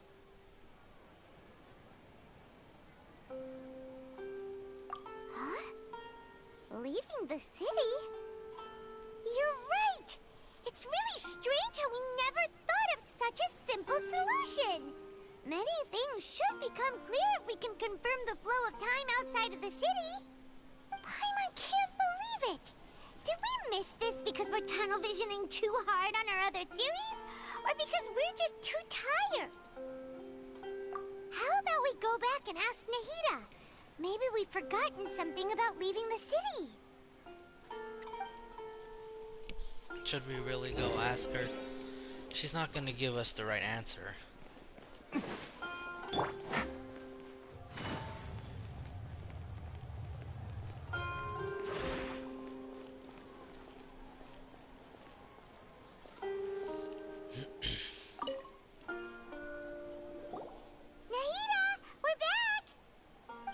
Early today. Did you find something new? Sort of. We're mostly sure now that we're not in a time loop. And we also aren't in the real world. But at the same time, we have a new question.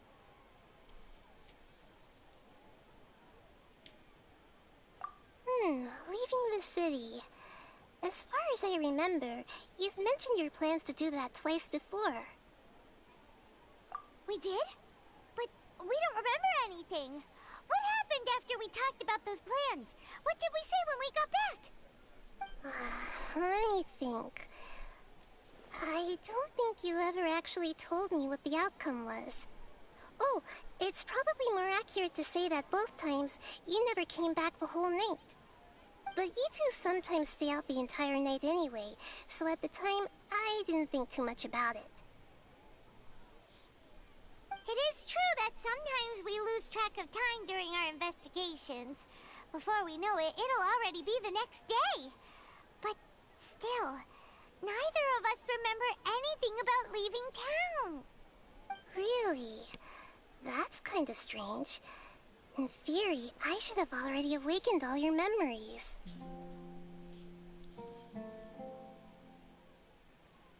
Yep, something here's definitely fishy.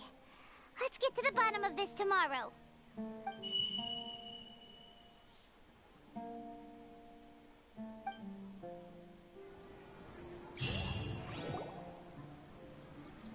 Our memories are back!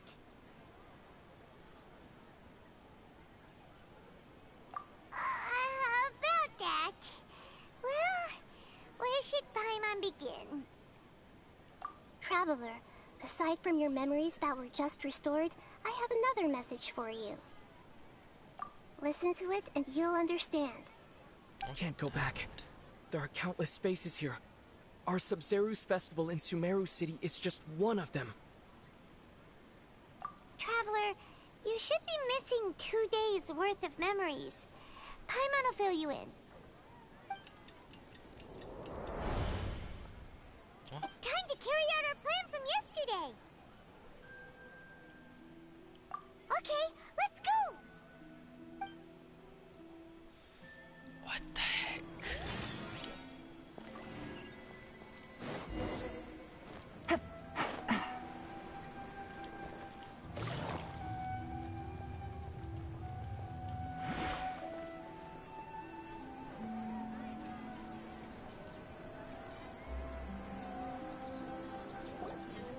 Why can't we leave the city? What is the Academia up to now? Don't ask me. It's not like I can tell you anything. This is a direct order from the Grand Sage. Just wait until tomorrow. I have a real emergency. My goods have already arrived at Port Ormos. If I don't hurry, they'll be stolen. That's your problem. Make sure you make a request in advance next time. But it's not like you can just predict business matters in advance. Someone hired Tommy Wiseau or something? It looks like the Academia already announced a lockdown for Sumeru City today. How completely unsurprising. Let's go and question them. Hello, sir. Why can't we leave the city today? Here we go again. Don't ask me, I don't know either. We just received an order that no one is allowed to enter or exit Sumeru today. They didn't tell us anything else.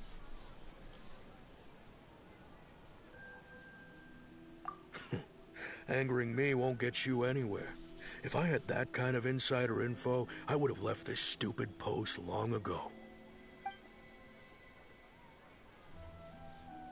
It looks like he really doesn't know. If we can't get anything out of him, let's take matters into our own hands. Why don't we climb over the walls? Those guards can't be everywhere at once. This is a good spot, and the guard hasn't noticed us at all. Let's hurry! Huh? Why? Are you going to leave Paimon behind?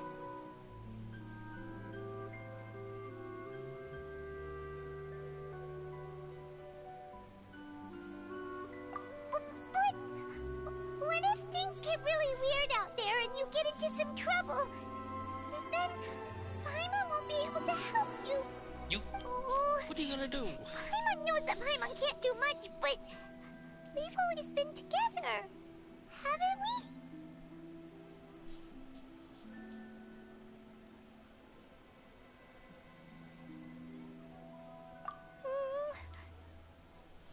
Okay.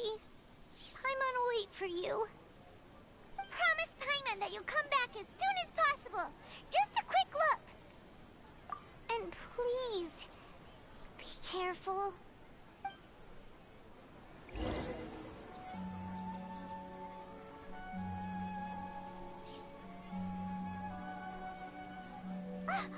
Memories!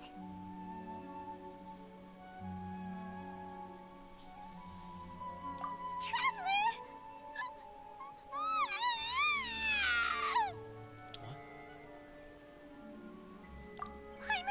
Paimon would never see you again! You just disappeared! Paimon waited for you for hours and hours at the city wall and you never came back! You promised Paimon that you were only taking a quick look! Paimon, calm down. He's here now. I don't think he understood what you were saying. Paimon doesn't care! Paimon wanted to go look for you, but you also said that Paimon should stay! Paimon was so worried and so scared the entire day!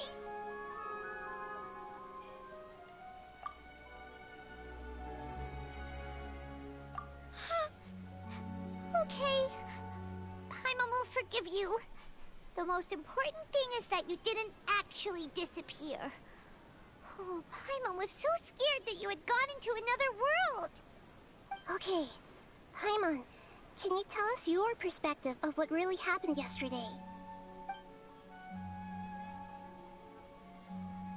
I see. Using two people's different perspectives. After that, you left the city. Paimon kept her eyes on you the whole time, but then you disappeared in an instant.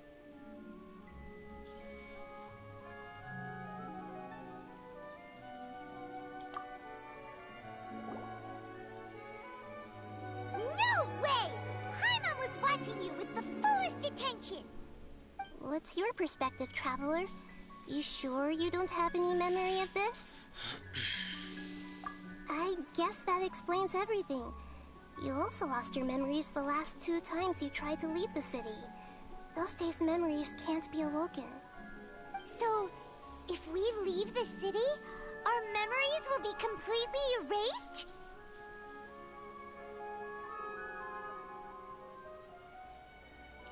It really sounds like something big outside of the city is being hidden on purpose. But this way, we'll also never discover what's outside. Something like a message? But how can we send it back? Don't look at me like that.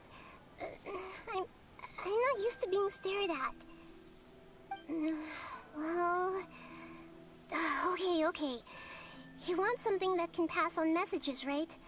Give me some time and take care of Dunyarzad for me. Yep, now we're talking.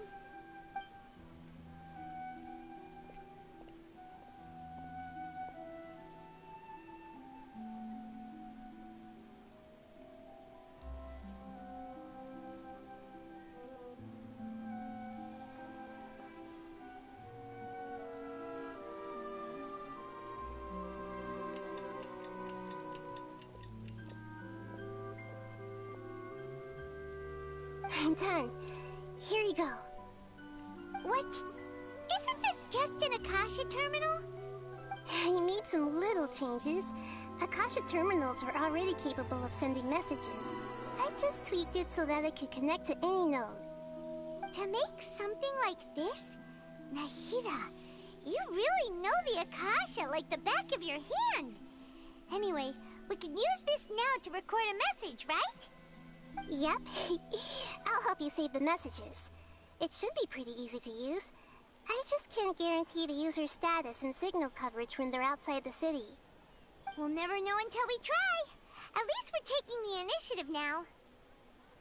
Let's go then. Let's expose those sages. Alright. Paimon isn't as worried about being separated since it happened once yesterday. But Paimon still isn't happy about it.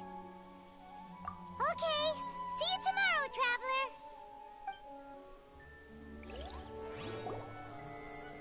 That covers everything that's happened so far.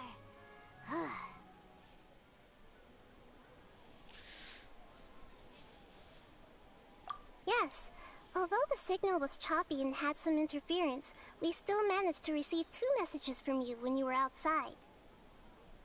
Okay, now that you understand what's going on, let's hear the messages together.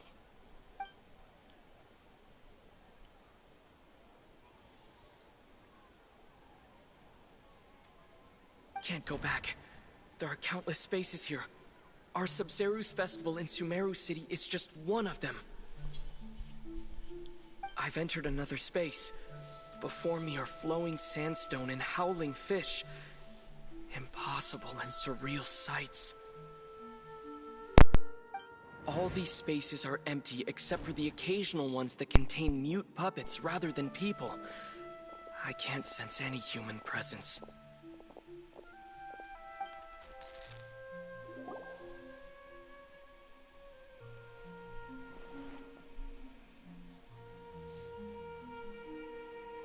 That's one heck of an info dump. It sounds like you left the Sumeru city space when you set foot outside of the walls. But everything looked completely normal when Paimon was looking out from the inside. That's unbelievable. And if we take your word for it, the other spaces all had very weird contents. There's another part here. I only received it last night. These spaces have been disappearing one after the other, absorbed by something like a sun in the sky. And now, even the final space has also disappeared. Behind me, a lot of spaces just appeared again from thin air. I get it now! Those spaces are actually...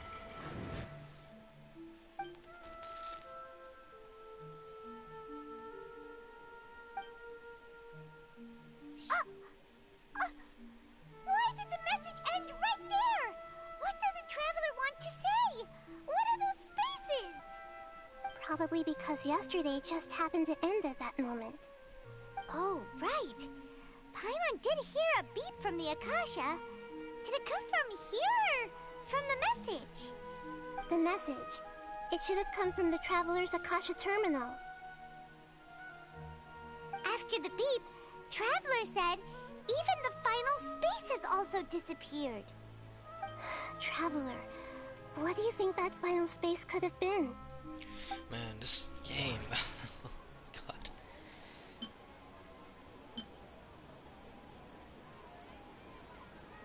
My impression is that each day in this samsara only ends at the sound of that beep from the Akasha. Oh, so that's what it is! After the sound of the beep, the final space, the Sub-Zero's festival, also disappears, and we're taken to the next day.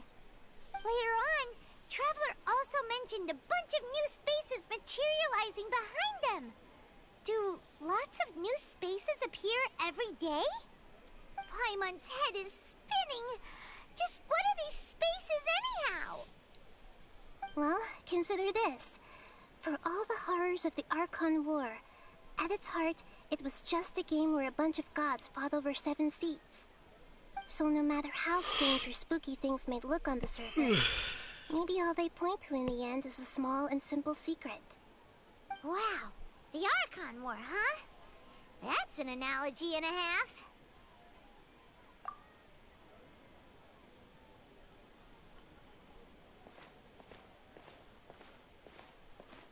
Hey, where are you going?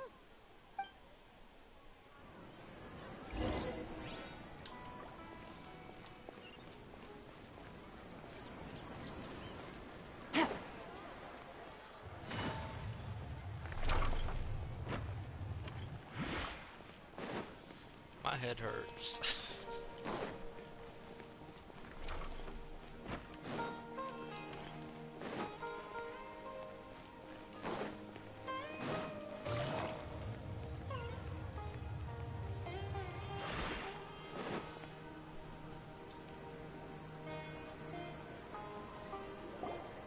Do you want some alone time to think? Alright then, Paimon won't disturb you.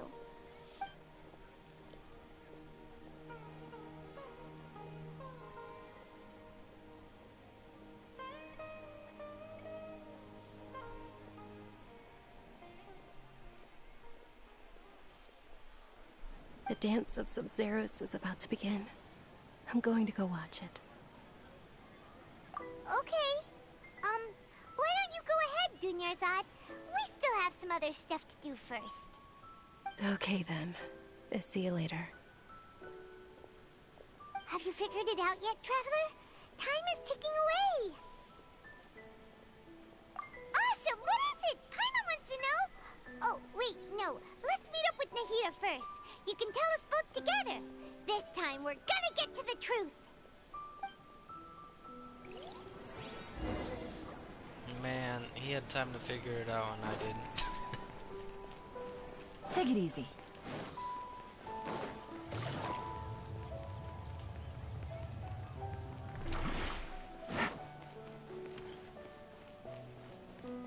Take it easy.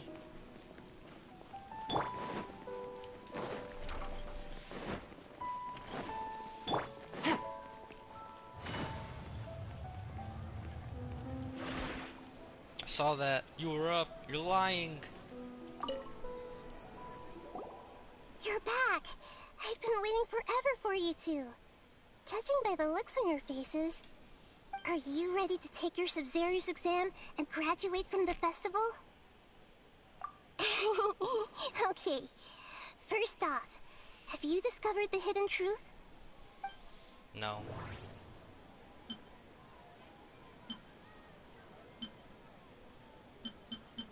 We've already experienced the Sub-Zero's festival many times, and the day of the festival seems to be in a perpetual samsara.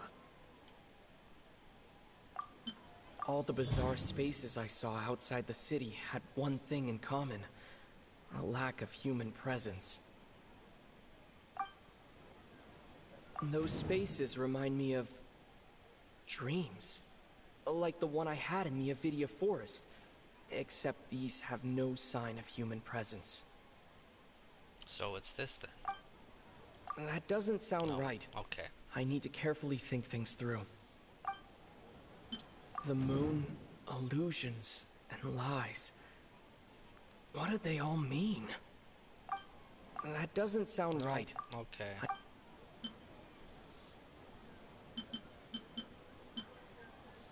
Okay, Nahida said the Akasha relies on the power of a gnosis to operate, as it is the manifestation of the God of Wisdom's power.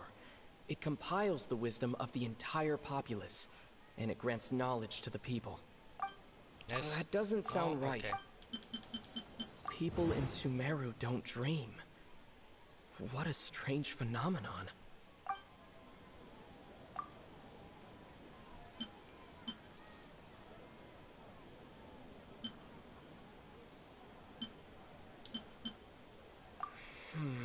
Nope. I can't... We are all in a dream. It isn't that the people of Sumeru don't dream. Rather, the Akasha is taking their dreams from them. So, you're gonna tell me Zach Aguilar, voice actor of Tanjiro, is stuck in a dream? Just like he was stuck in a dream as Tanjiro on Mugen Train? People in Sumeru think they don't dream, but the truth is the Akasha steals their dreams without them knowing it. And those spaces with no human presence are stolen dreams without their host. That would explain why they sounded so weird when he was trying to describe them. Huh. So people in Sumeru do dream after all. In fact, we're all in one big dream together right now. Correct answer. Now, how did you conclude that the Akasha is capable of this?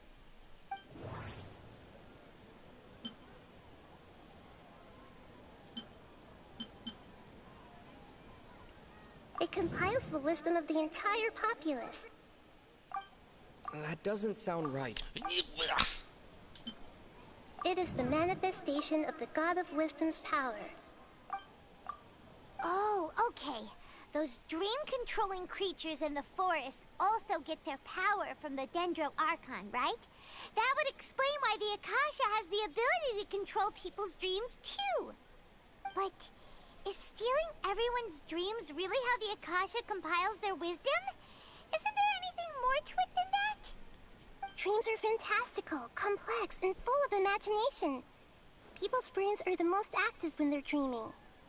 In other words, dreams are rich bundles of human wisdom. So in other words, the complete opposite of how Hypatia understood it. Paimon remembers her saying that the sages think dreams are foolish delusions, and the fact that no one dreams is a blessing from Greater Lord Rukkhadevata. So it was all a dirty trick? The real story is that the sages from the Academia are using the Akasha to steal people's dreams for their own use, huh? Oh? By the sounds of it, you understand the current situation pretty well. So then, what about the Samsara? The Grand Sage said, "Go celebrate the birth of that god to your heart's content." Did he mean something more?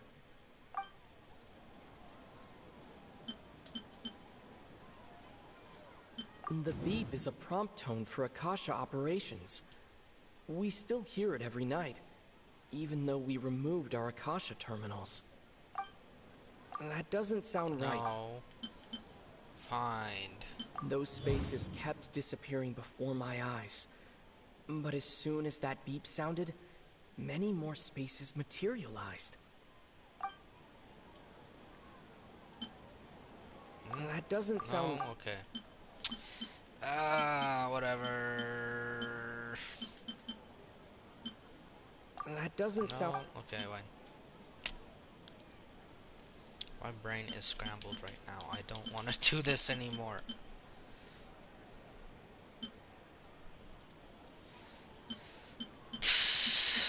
My mind feels exhausted. Yeah. That doesn't sound... Oh my god. Those dreamscapes kept vanishing. But as soon as that beep sounded, more new spaces appeared. Associate with that with... No, okay. No. No.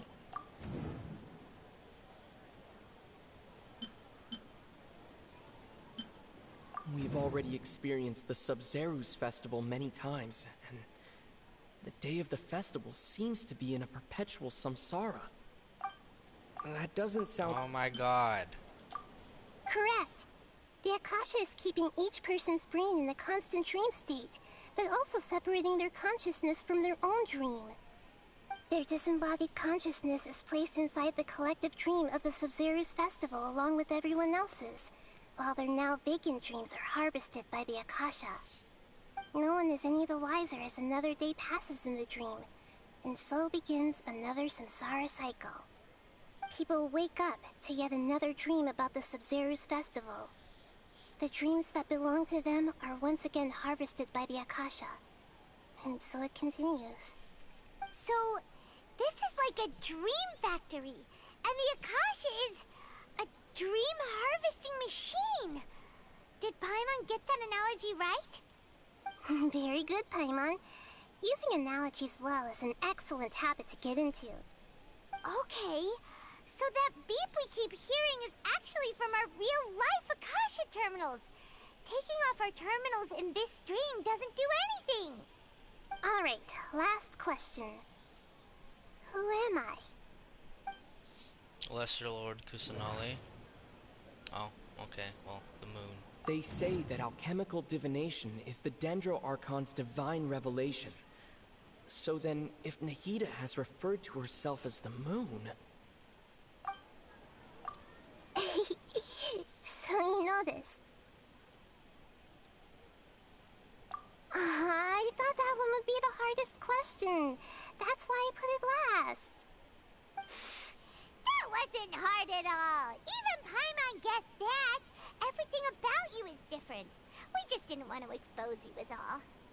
Now that you mention it, Nahida, you've been hinting to us since the very beginning. It's funny. Thinking back to when we were asking all over the place for info about Lesser Lord Kusanali, Paimon didn't expect to meet you like this. Yes, those can wait until we're back in real life. On the other hand, I'd be happy to answer any more questions you have about here and now.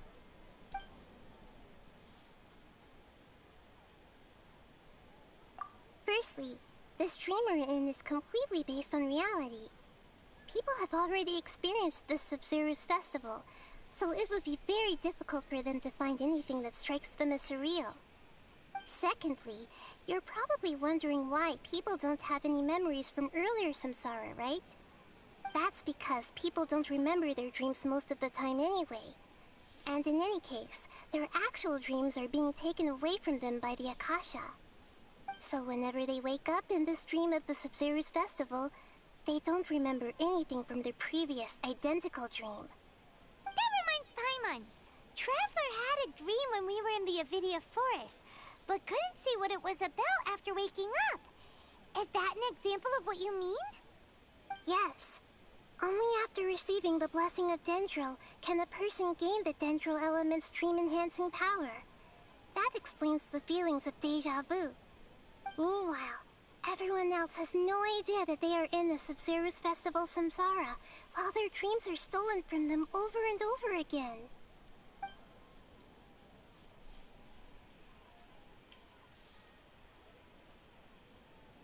I know, right? Why did they have to base this dream on my birthday? Could it really just be a coincidence? Even you don't know the reason? Wow, now that's strange. The Academia sages are determined to harvest lots of dreams in a short time, no matter the cost. They have to be up to no good. Unfortunately, I don't know anything about it. Traveler, do you have any information? Let's see.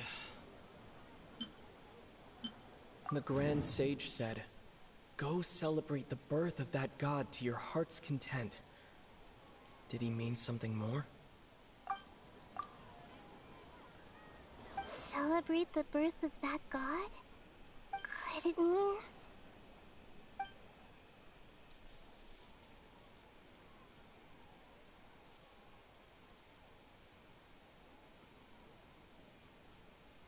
Can humans really keep dreaming forever like this?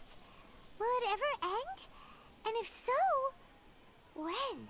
When they I die? might say your mental fatigue has already answered this question. Eventually, there's only so much that people can tolerate. Especially those whose health is compromised to begin with, like Dunyarzad.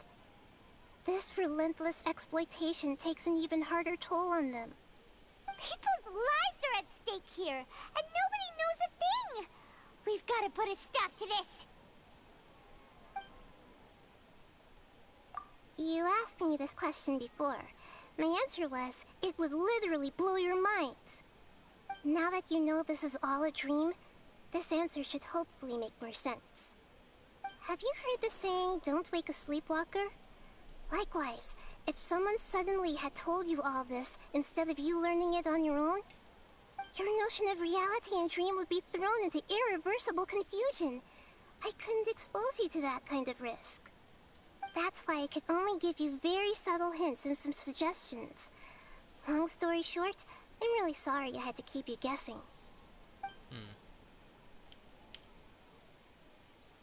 Deceiving the people of Sumeru with no regard for their safety. No matter what they're trying to do, this is unforgivable. After we end the Sub-Zero's festival, Samsara, we have to look into them. How can the sages of the Academia do this behind their Archon's back? This is ridiculous! In the end, I'm just the moon.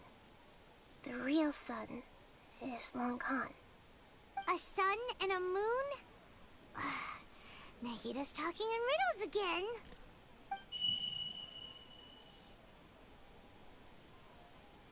Oh, we're out of time today! I'll tell you how to break free of the samsara tomorrow. See you then.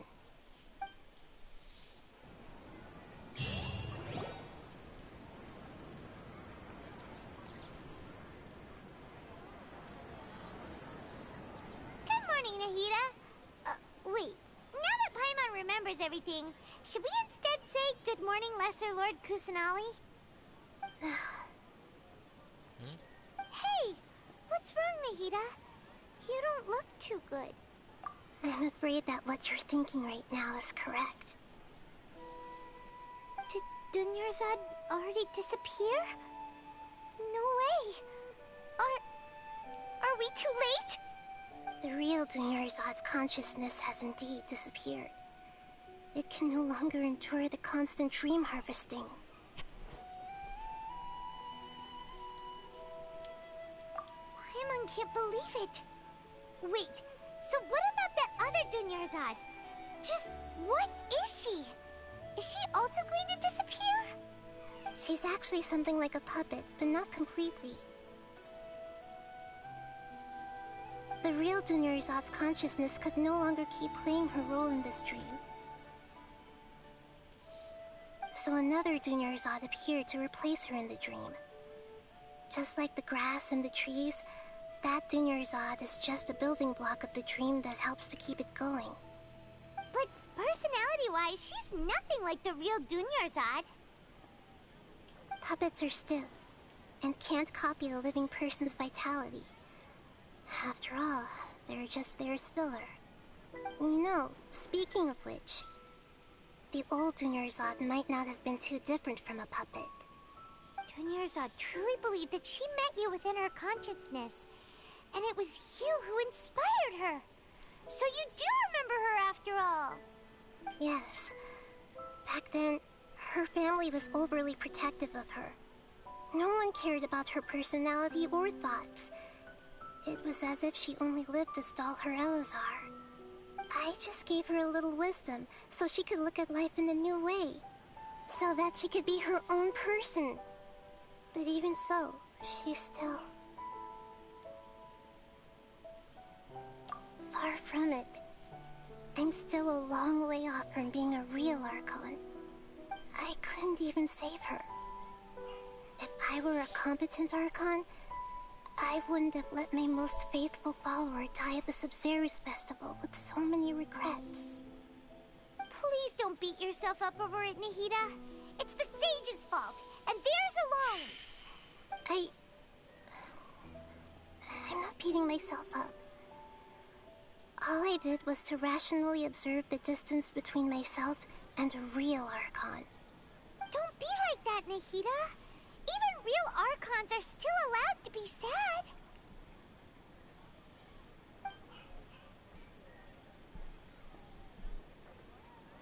To prevent more tragedies like this, we must end the samsara as soon as possible. Great, but how do we do that? Although the Sub-Zero's festival dream is under the Akasha's control, only humans can dream. Even the Akasha is unable to create them. That means this dream belongs to a host who created it.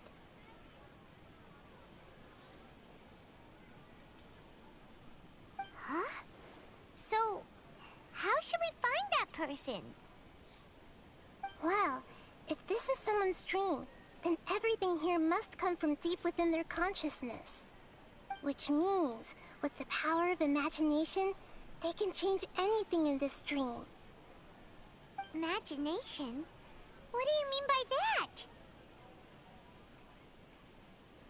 Imagination means breaking through what you perceive as normal. Like when a server at a tavern brings a plate to you, you'd naturally assume that food is on it. However, if you're the dream's host and you become aware that you're dreaming, when you imagine gold and more on the plate, the dream will respond in kind, and the server really will bring you gold and mora. But right now, our host is unaware that this is a dream. No matter how many times they're served, it will always be food. Find some way to make that person realize that they're dreaming. Usually, once that happens, the person will wake up and the dream samsara will be broken. How are we going to find them, though? If it could be anyone, it'd be like looking for a needle in a haystack. And even if we did find them, how are we supposed to make them realize they're dreaming? After all, like you said, don't wake a sleepwalker. It's extremely difficult, yes. But the only ones who can do it are you two. Remember, everything you've achieved up to this point has all been for the sake of finding the host and ending the samsara. As for me, during this time, I'll be out of town. Out of town? Are you going to that place full of dreams where the traveler went? Yes. I want to try something. There must still be a small wisp of possibility. Hurry and go. Dreams are supposed to be fantastical, romantic, and full of pleasant surprises. Unnecessary things like this samsara need to end. Paimon's still a little upset that we've come this far only for Dunyarzad to... She was such a good person, with such a simple wish. But fate was against her. Yeah, saving Dunyarzad is what kept us going this whole time. But we mustn't lose hope, Traveler. Dunyarzad would definitely want to see us save everyone else. So let's break the samsara for her sake. Paimon's wondering, do you think the sages would get one of their own to be the host of this stream? Feels like it would be easier to control it that way, no?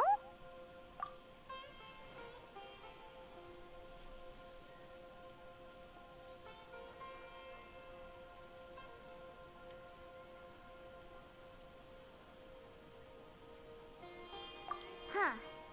That's true. Plus, the sages probably weren't counting on there being other factors beyond their control, like Nahida and us. So, who do you think the host of the dream is? Oh, that would make sense. Ferris, the Knight of Flowers, is a symbol of the whole Sub-Zero's festival, right? Pretty core character. Let's go ask him some questions, shall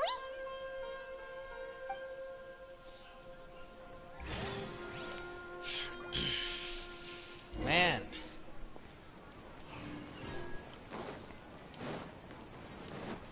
This is long. I've been streaming for more than 2 hours.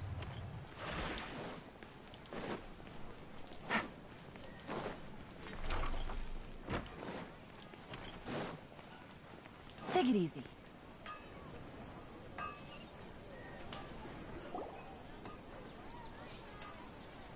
You're back. You left in a hurry last time. Is everything okay? Bro, you're awake. I mean, what? Everything's fine. You're asleep. You need to wake hard up. to explain. Would you mind taking part in a little experiment with us? An experiment? That came out of nowhere. I'm listening, though. What do you need me to do? Could you make a wish? You want me to make a wish? Is that a new Sub-Zero's festival tradition or something? Less questions, more wishing! Make a wish, boy. Okay. Pringles. Right in front of you. My wish. Okay. I'm a little nervous saying this out loud, but I want Miss Dunyarzad to be happy. Oh. I noticed earlier that she looked a bit down, and she wasn't really talking to anyone. She just doesn't seem like herself. She's always so gentle and kind, and all the kids love her. I've also wondered if the reason she asked me to be Fairest Knight of Flowers is because I'm special to her, or something. So, you have a crush on Dunyarzad?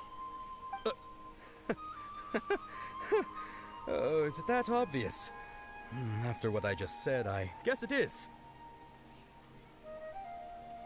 When she placed the hat of the Knight of Flowers onto my head, she said to me, I want everyone to have a happy Sub-Zero's festival. What she didn't realize was that I'm not that interested in how everyone else feels. In that moment, I just wanted to be her Knight of Flowers for the rest of my life. 50 years, 100 years, I'll serve her till the end of time. It's your fault. Okay, yeah, that was a bit your fault. Felt like the right moment to get it off my chest, but that was pretty embarrassing. Okay, I'm ready to make my wish. I would like Miss Dunyarzad to appear in front of me right now with a smile on her face. Here goes. Please come true. I'm gonna open my eyes. Oh, you're... What? Faki? Sorry, but only one portion of Yalda candies per person. Back home you go.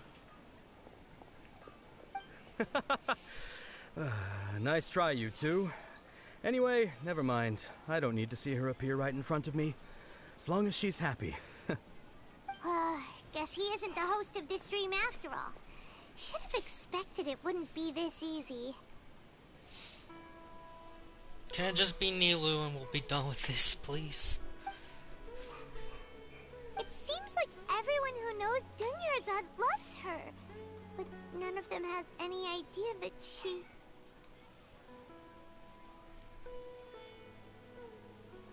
My lady, step back. That sounds like Dia! Oh, right. This is when Dunyarzad bumps into the kidnappers. Huh? But Dia can handle them. Hey, Traveler! Hold on, I'll be back again. Oh, this dog.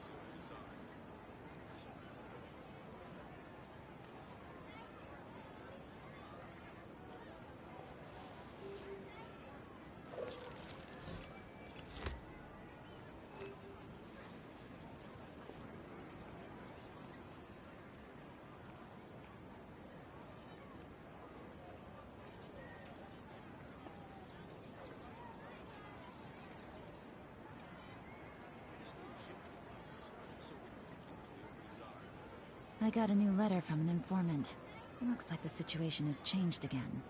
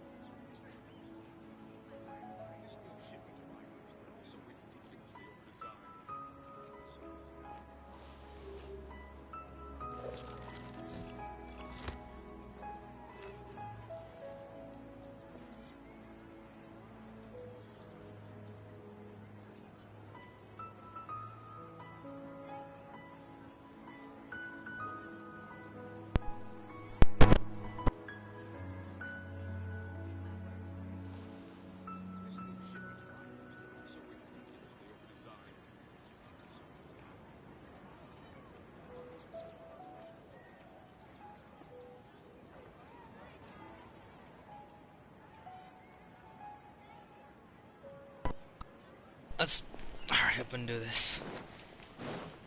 It's taking too long.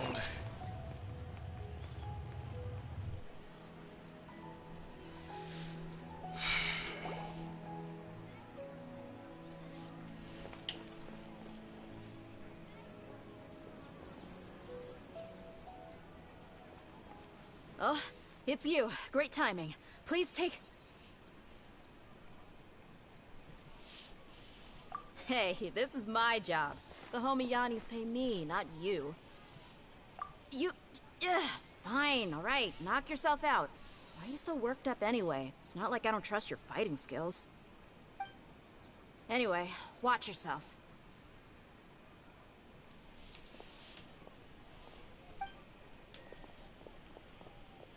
So you got yourself some backup. Suit yourself. You're going down. I'm already pissed off, so That's close enough. I'm going to put all of this anger onto you. I'm done with all this crap that's happening. I just want to continue past this loop, this endless dream. That's close enough.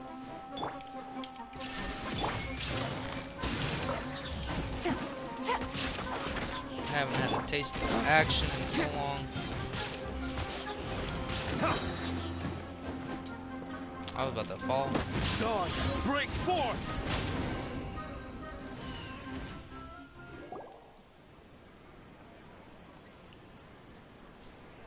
Traveler, were you just taking your anger out on those guys? Yes, I was.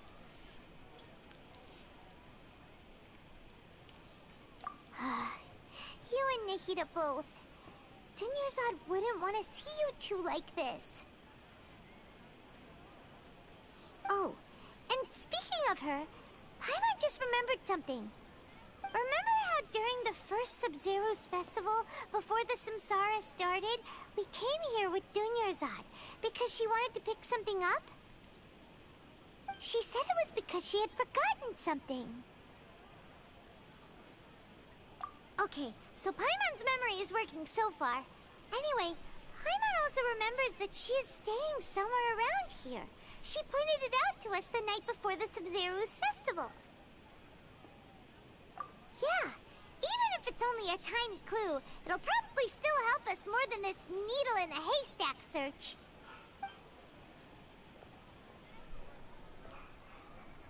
This is the place.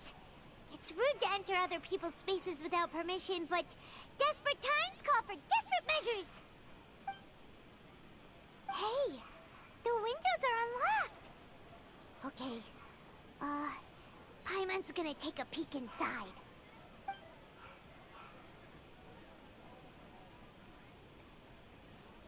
This was only a temporary residence, so there was pretty much nothing inside except this book on the table. Should we open it? I'm not reading that. My head hurts. Dunyarzad wrote all of this. Sounds like she was always thinking of us, even while we were away. Even though she was also busy preparing for the Sub-Zero's festival and had all her health problems to worry about. She must have wanted to give this to us as a gift on the day of the Sub-Zero's festival, right? If we hadn't found this book, we never would have known. But now that we know, we can't even thank her.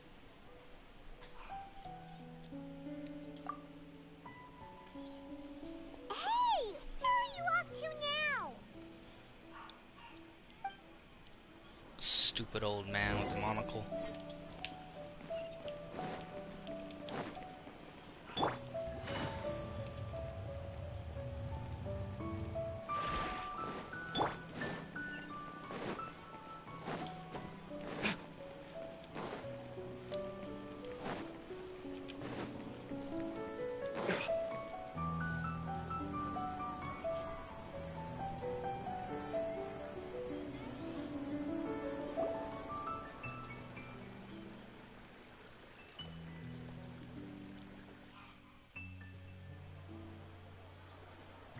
It's Dunyarzad's puppet.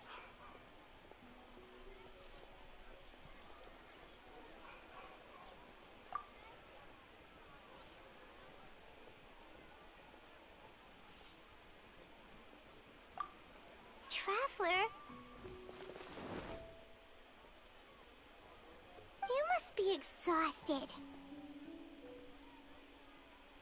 Come to think of it, we've been stuck in this place for a really, really long time. Heck, even the last time we were chatting happily with Dunyarzad feels like an eternity ago.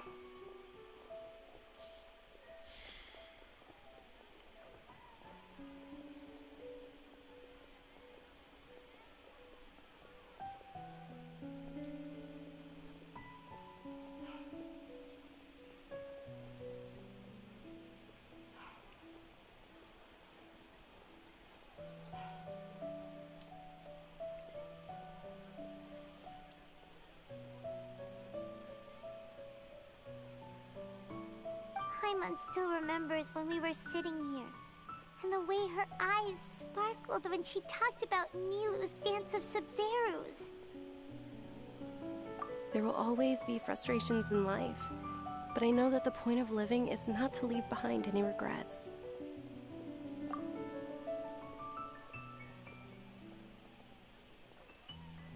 That was what the real Dunyarzad said, wasn't it? Does that mean... Yes, Traveler. What is it? Oh, so she's still just a puppet. But just now, how come... What? Where are we going this time?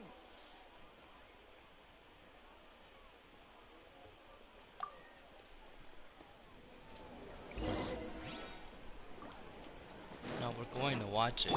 And there's not going to be any interruptions at all.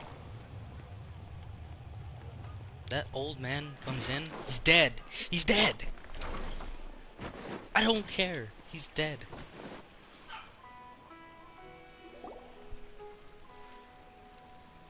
If you continue to resist, we will have to order an investigation into every single event organizer. How about you get out? The Grand Sage has already granted you I much don't care about leniency. your Grand Sage. Your Grand Sage is a joke. How did things turn out like this?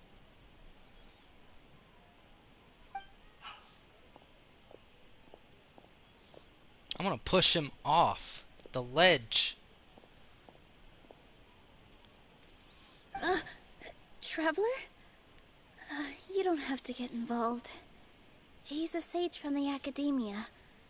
I don't want to drag you into this. No, I do want to get involved. I'm done with him. I'm so done. Traveler? What the heck are you by the Academia, that's another day gone to waste! Who cares? I'm done. I'm done with him.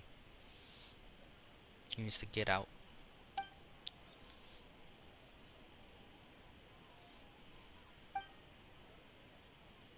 Wait, they're not reacting. Have they been scared stiff? Oh, of course! If this is the sage's plan, they wouldn't put themselves through this. So they're just substitutes. What is this? What happened to the Grand Sage and his entourage?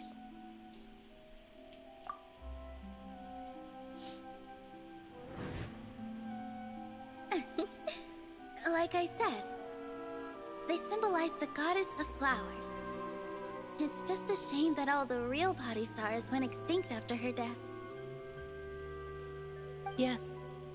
The Greater Lord brought forth new Padisaras in memory of the goddess of flowers. But she ultimately could never truly replicate that beautiful shade of purple.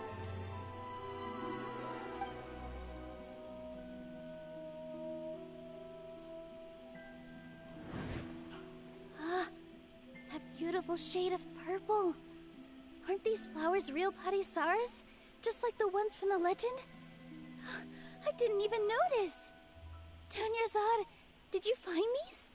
But didn't you just say all the real flowers went extinct after the goddess of flowers passed away? So, Al? Yeah. What's going on here? Huh? You guys are acting weird. But okay, I'll try.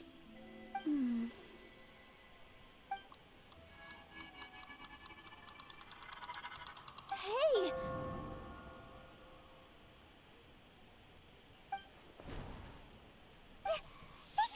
Good. So Nilu's the host.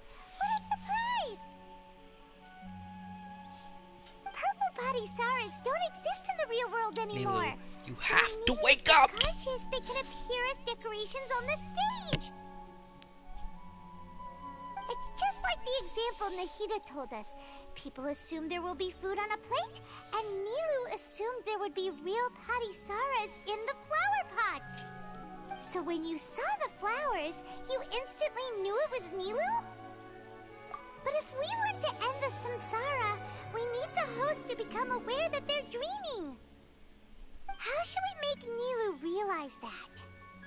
Am I dreaming? You are. So I'm right. Is this Lesser Lord Kusanali responding to our celebration of the Sabzeruz festival? Wrong guess, but you aren't completely wrong either. The point is, what made you think this is a dream? As far as you know, people in Sumeru don't dream, right? Yeah, but have you heard the tale of the first sage?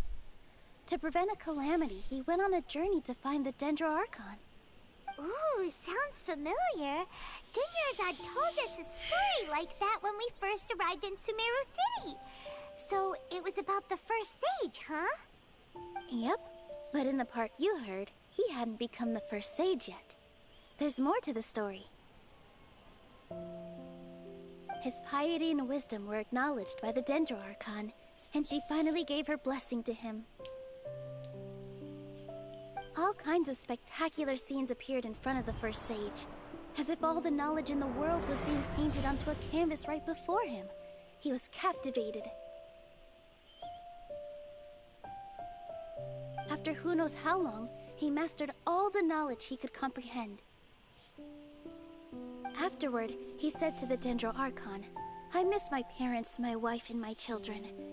I've been away from home for far too long. They must be worried." The Dendro Archon smiled. The next second, the sage found himself lying in his bed, as if he had just woken up from a dream. His wife, lying next to him, said, "You're off to search for the Dendro Archon today, aren't you? Have a safe journey, my love." In the end, the first sage took care of many disasters in Sumeru City, and founded the Academia. What a happy ending. So, the first sage was dreaming ever since the beginning of the story? He never went on his journey? Yes. But his faith and determination were conveyed to the Dendro Archon, so she blessed him in the form of a dream. Paimon understands where you're coming from now. That's a really interesting connection.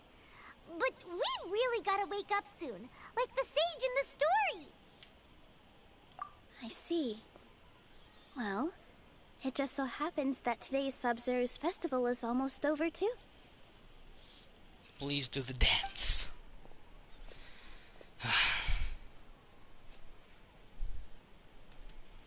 Since we're in a dream, let's make this final dance of Sub-Zero's as beautiful as we can.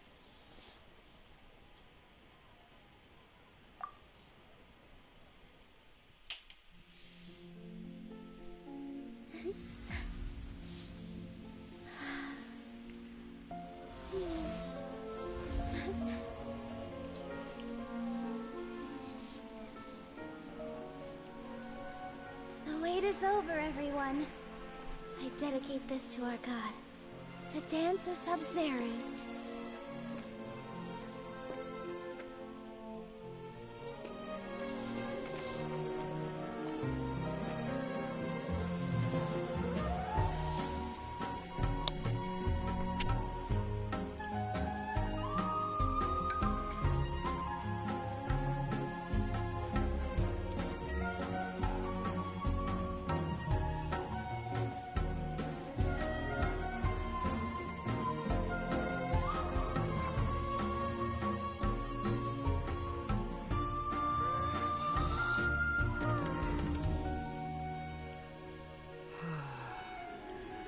I'd be lying if I said I had no regrets. I would have loved to see Milu's dance.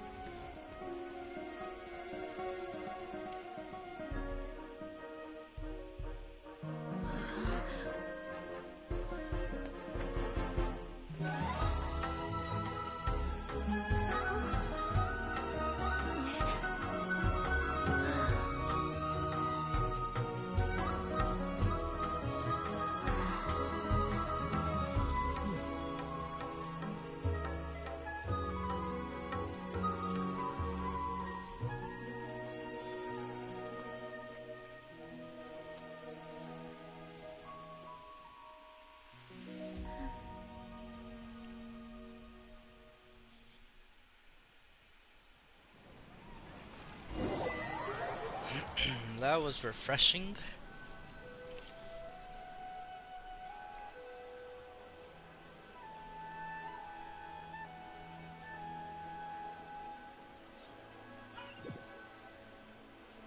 Too bad half the stream has my damn dog barking. Oh, good morning, traveler. Oh, Paimon feels like she's been asleep for the longest time. Paimon's head feels super heavy. Did we oversleep? Do you even remember going to sleep last night? Please. Paimon thinks it was after the Sub-Zero's festival. The Sub-Zero's festival! Have we finally escaped from the Sub-Zero Samsara? Quick! Take off your Akasha terminal!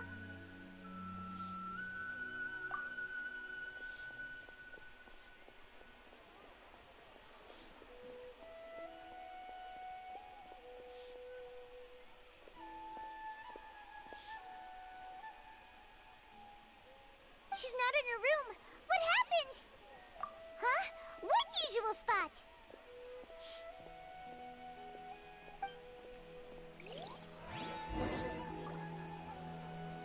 Is she still alive?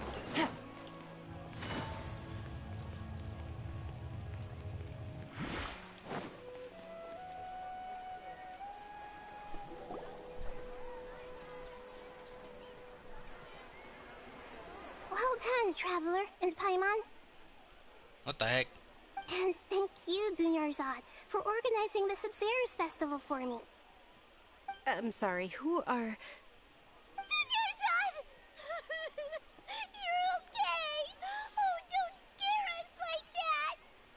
Oh, Traveler Paimon, I have something amazing to tell you. I just had a dream, and I saw Nilou performing the dance of Sub-Zerus.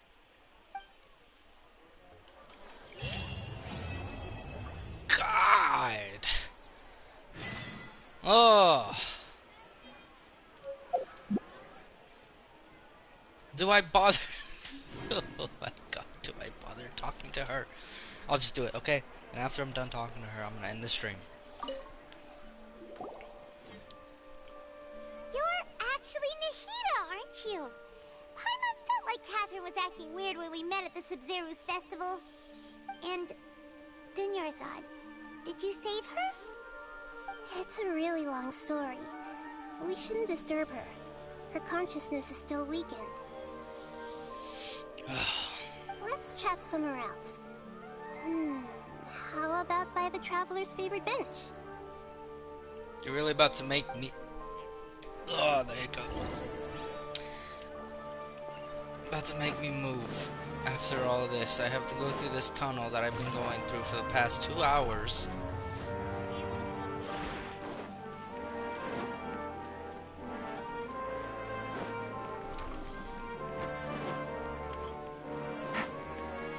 Take it easy.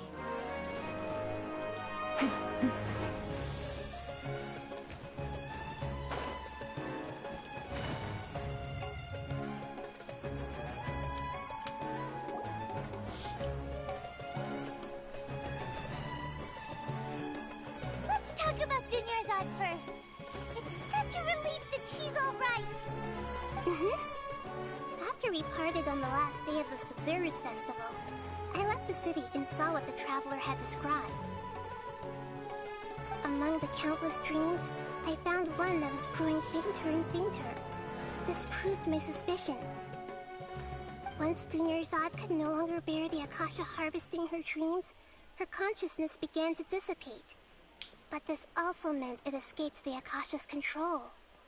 Such a small fragment of consciousness can't last for very long, though. It will return to its original dream, where both will gradually fade until they completely disappear. I used all the power I had to keep her dying dream alive as long as possible, but it still wouldn't have lasted for much longer if it hadn't been for you two breaking the samsara. So it looks like we did manage to save Dunyarzad in the end. Not a moment too soon. Huh? Why are you two smiling so happily? I thought you'd be so moved that you'd start crying. I need to spend more time observing human emotions. Both are fine. Everyone reacts differently. All right. You two must have a lot of other questions for me, right? After all, you saved my faithful believer. As your reward, I will answer any and all questions. To be accurate, I'm using the Akasha as a medium to occupy Catherine's consciousness. How did you do that? Poor Catherine. Does this mean you can also occupy other people's consciousnesses? Theoretically, I can enter anyone's mind as long as they're wearing their Akasha terminal. The Akasha is the legacy of Greater Lord Rukkhadevata. As Lesser Lord Kusanali and the first Akasha terminal, my consciousness has always been linked to the Akasha. I've always respected my people's free will, so I've never actually occupied their consciousness. When necessary, I just borrow this bionic Snezhnayan puppet. Snezhnayan puppet? Hold on. Did we just learn some deep, dark secret? So Catherine is... No wonder Paimon felt something was off about her. What about your own body? Why do you need to borrow other people's? Don't you live in the sanctuary of Surasthana? That story begins a long time ago. After Greater Lord Rukkhadevata disappeared, the sages found my newly born self and took me back to Sumeru. At that time, I was young and weak. The sages kept me in the sanctuary of Surasthana, ostensibly for the sake of protecting me. But I've hardly heard from them since. However, I do understand that they had hoped to find Greater Lord Rukadevata instead of me, a symbol of her passing. So, the sages basically put their new Archon under house arrest? How dare they! Why don't you teach them a lesson, Nahida? In some ways, they aren't wrong. Greater Lord Rukadevata was omniscient and omnipotent. Even after her death, the Akasha is still empowering this nation. And I'm still really far away from being able to call myself the God of Wisdom. Moreover, the Academia is also more proficient at governing this country. My existence has little meaning. Yeah, you got a lot of believers. Just look at the Sub-Zero's festival. Everyone who showed up truly loves you. Thank you for the kind words. But I honestly don't need physical freedom as long as I can connect my consciousness to the Akasha. Trying to find a way to save Irminsul is my life's mission and top priority. I will work on that, and try to live up to being a deity in the meantime. Every once in a while, I will also take up the duties of the God of Wisdom and enlighten a lost soul here and there. Doing all that should be enough.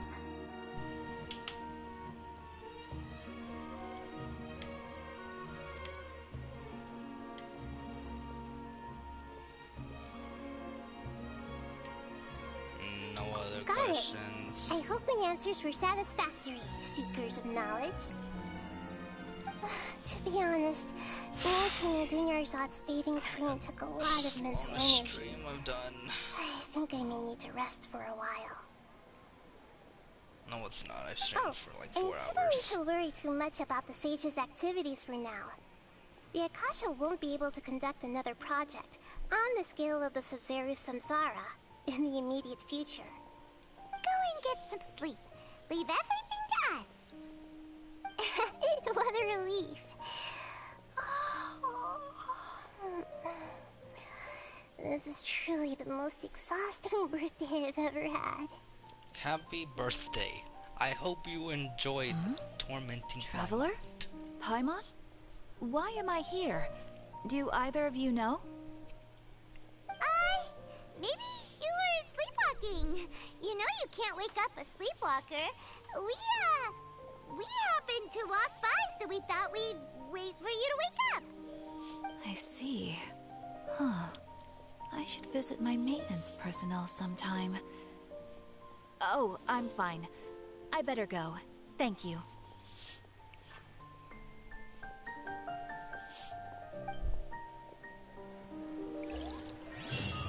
Oh my god. Yeah, I'll talk to him later.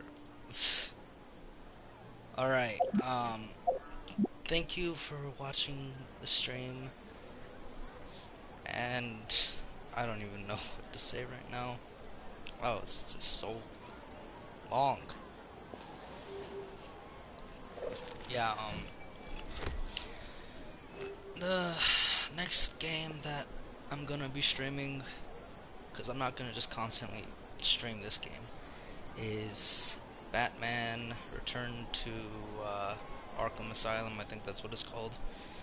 And hopefully I'll be joined with Illusion. He'll be with me commentating. So yeah, thank you for watching, and I will see you next time. Goodbye.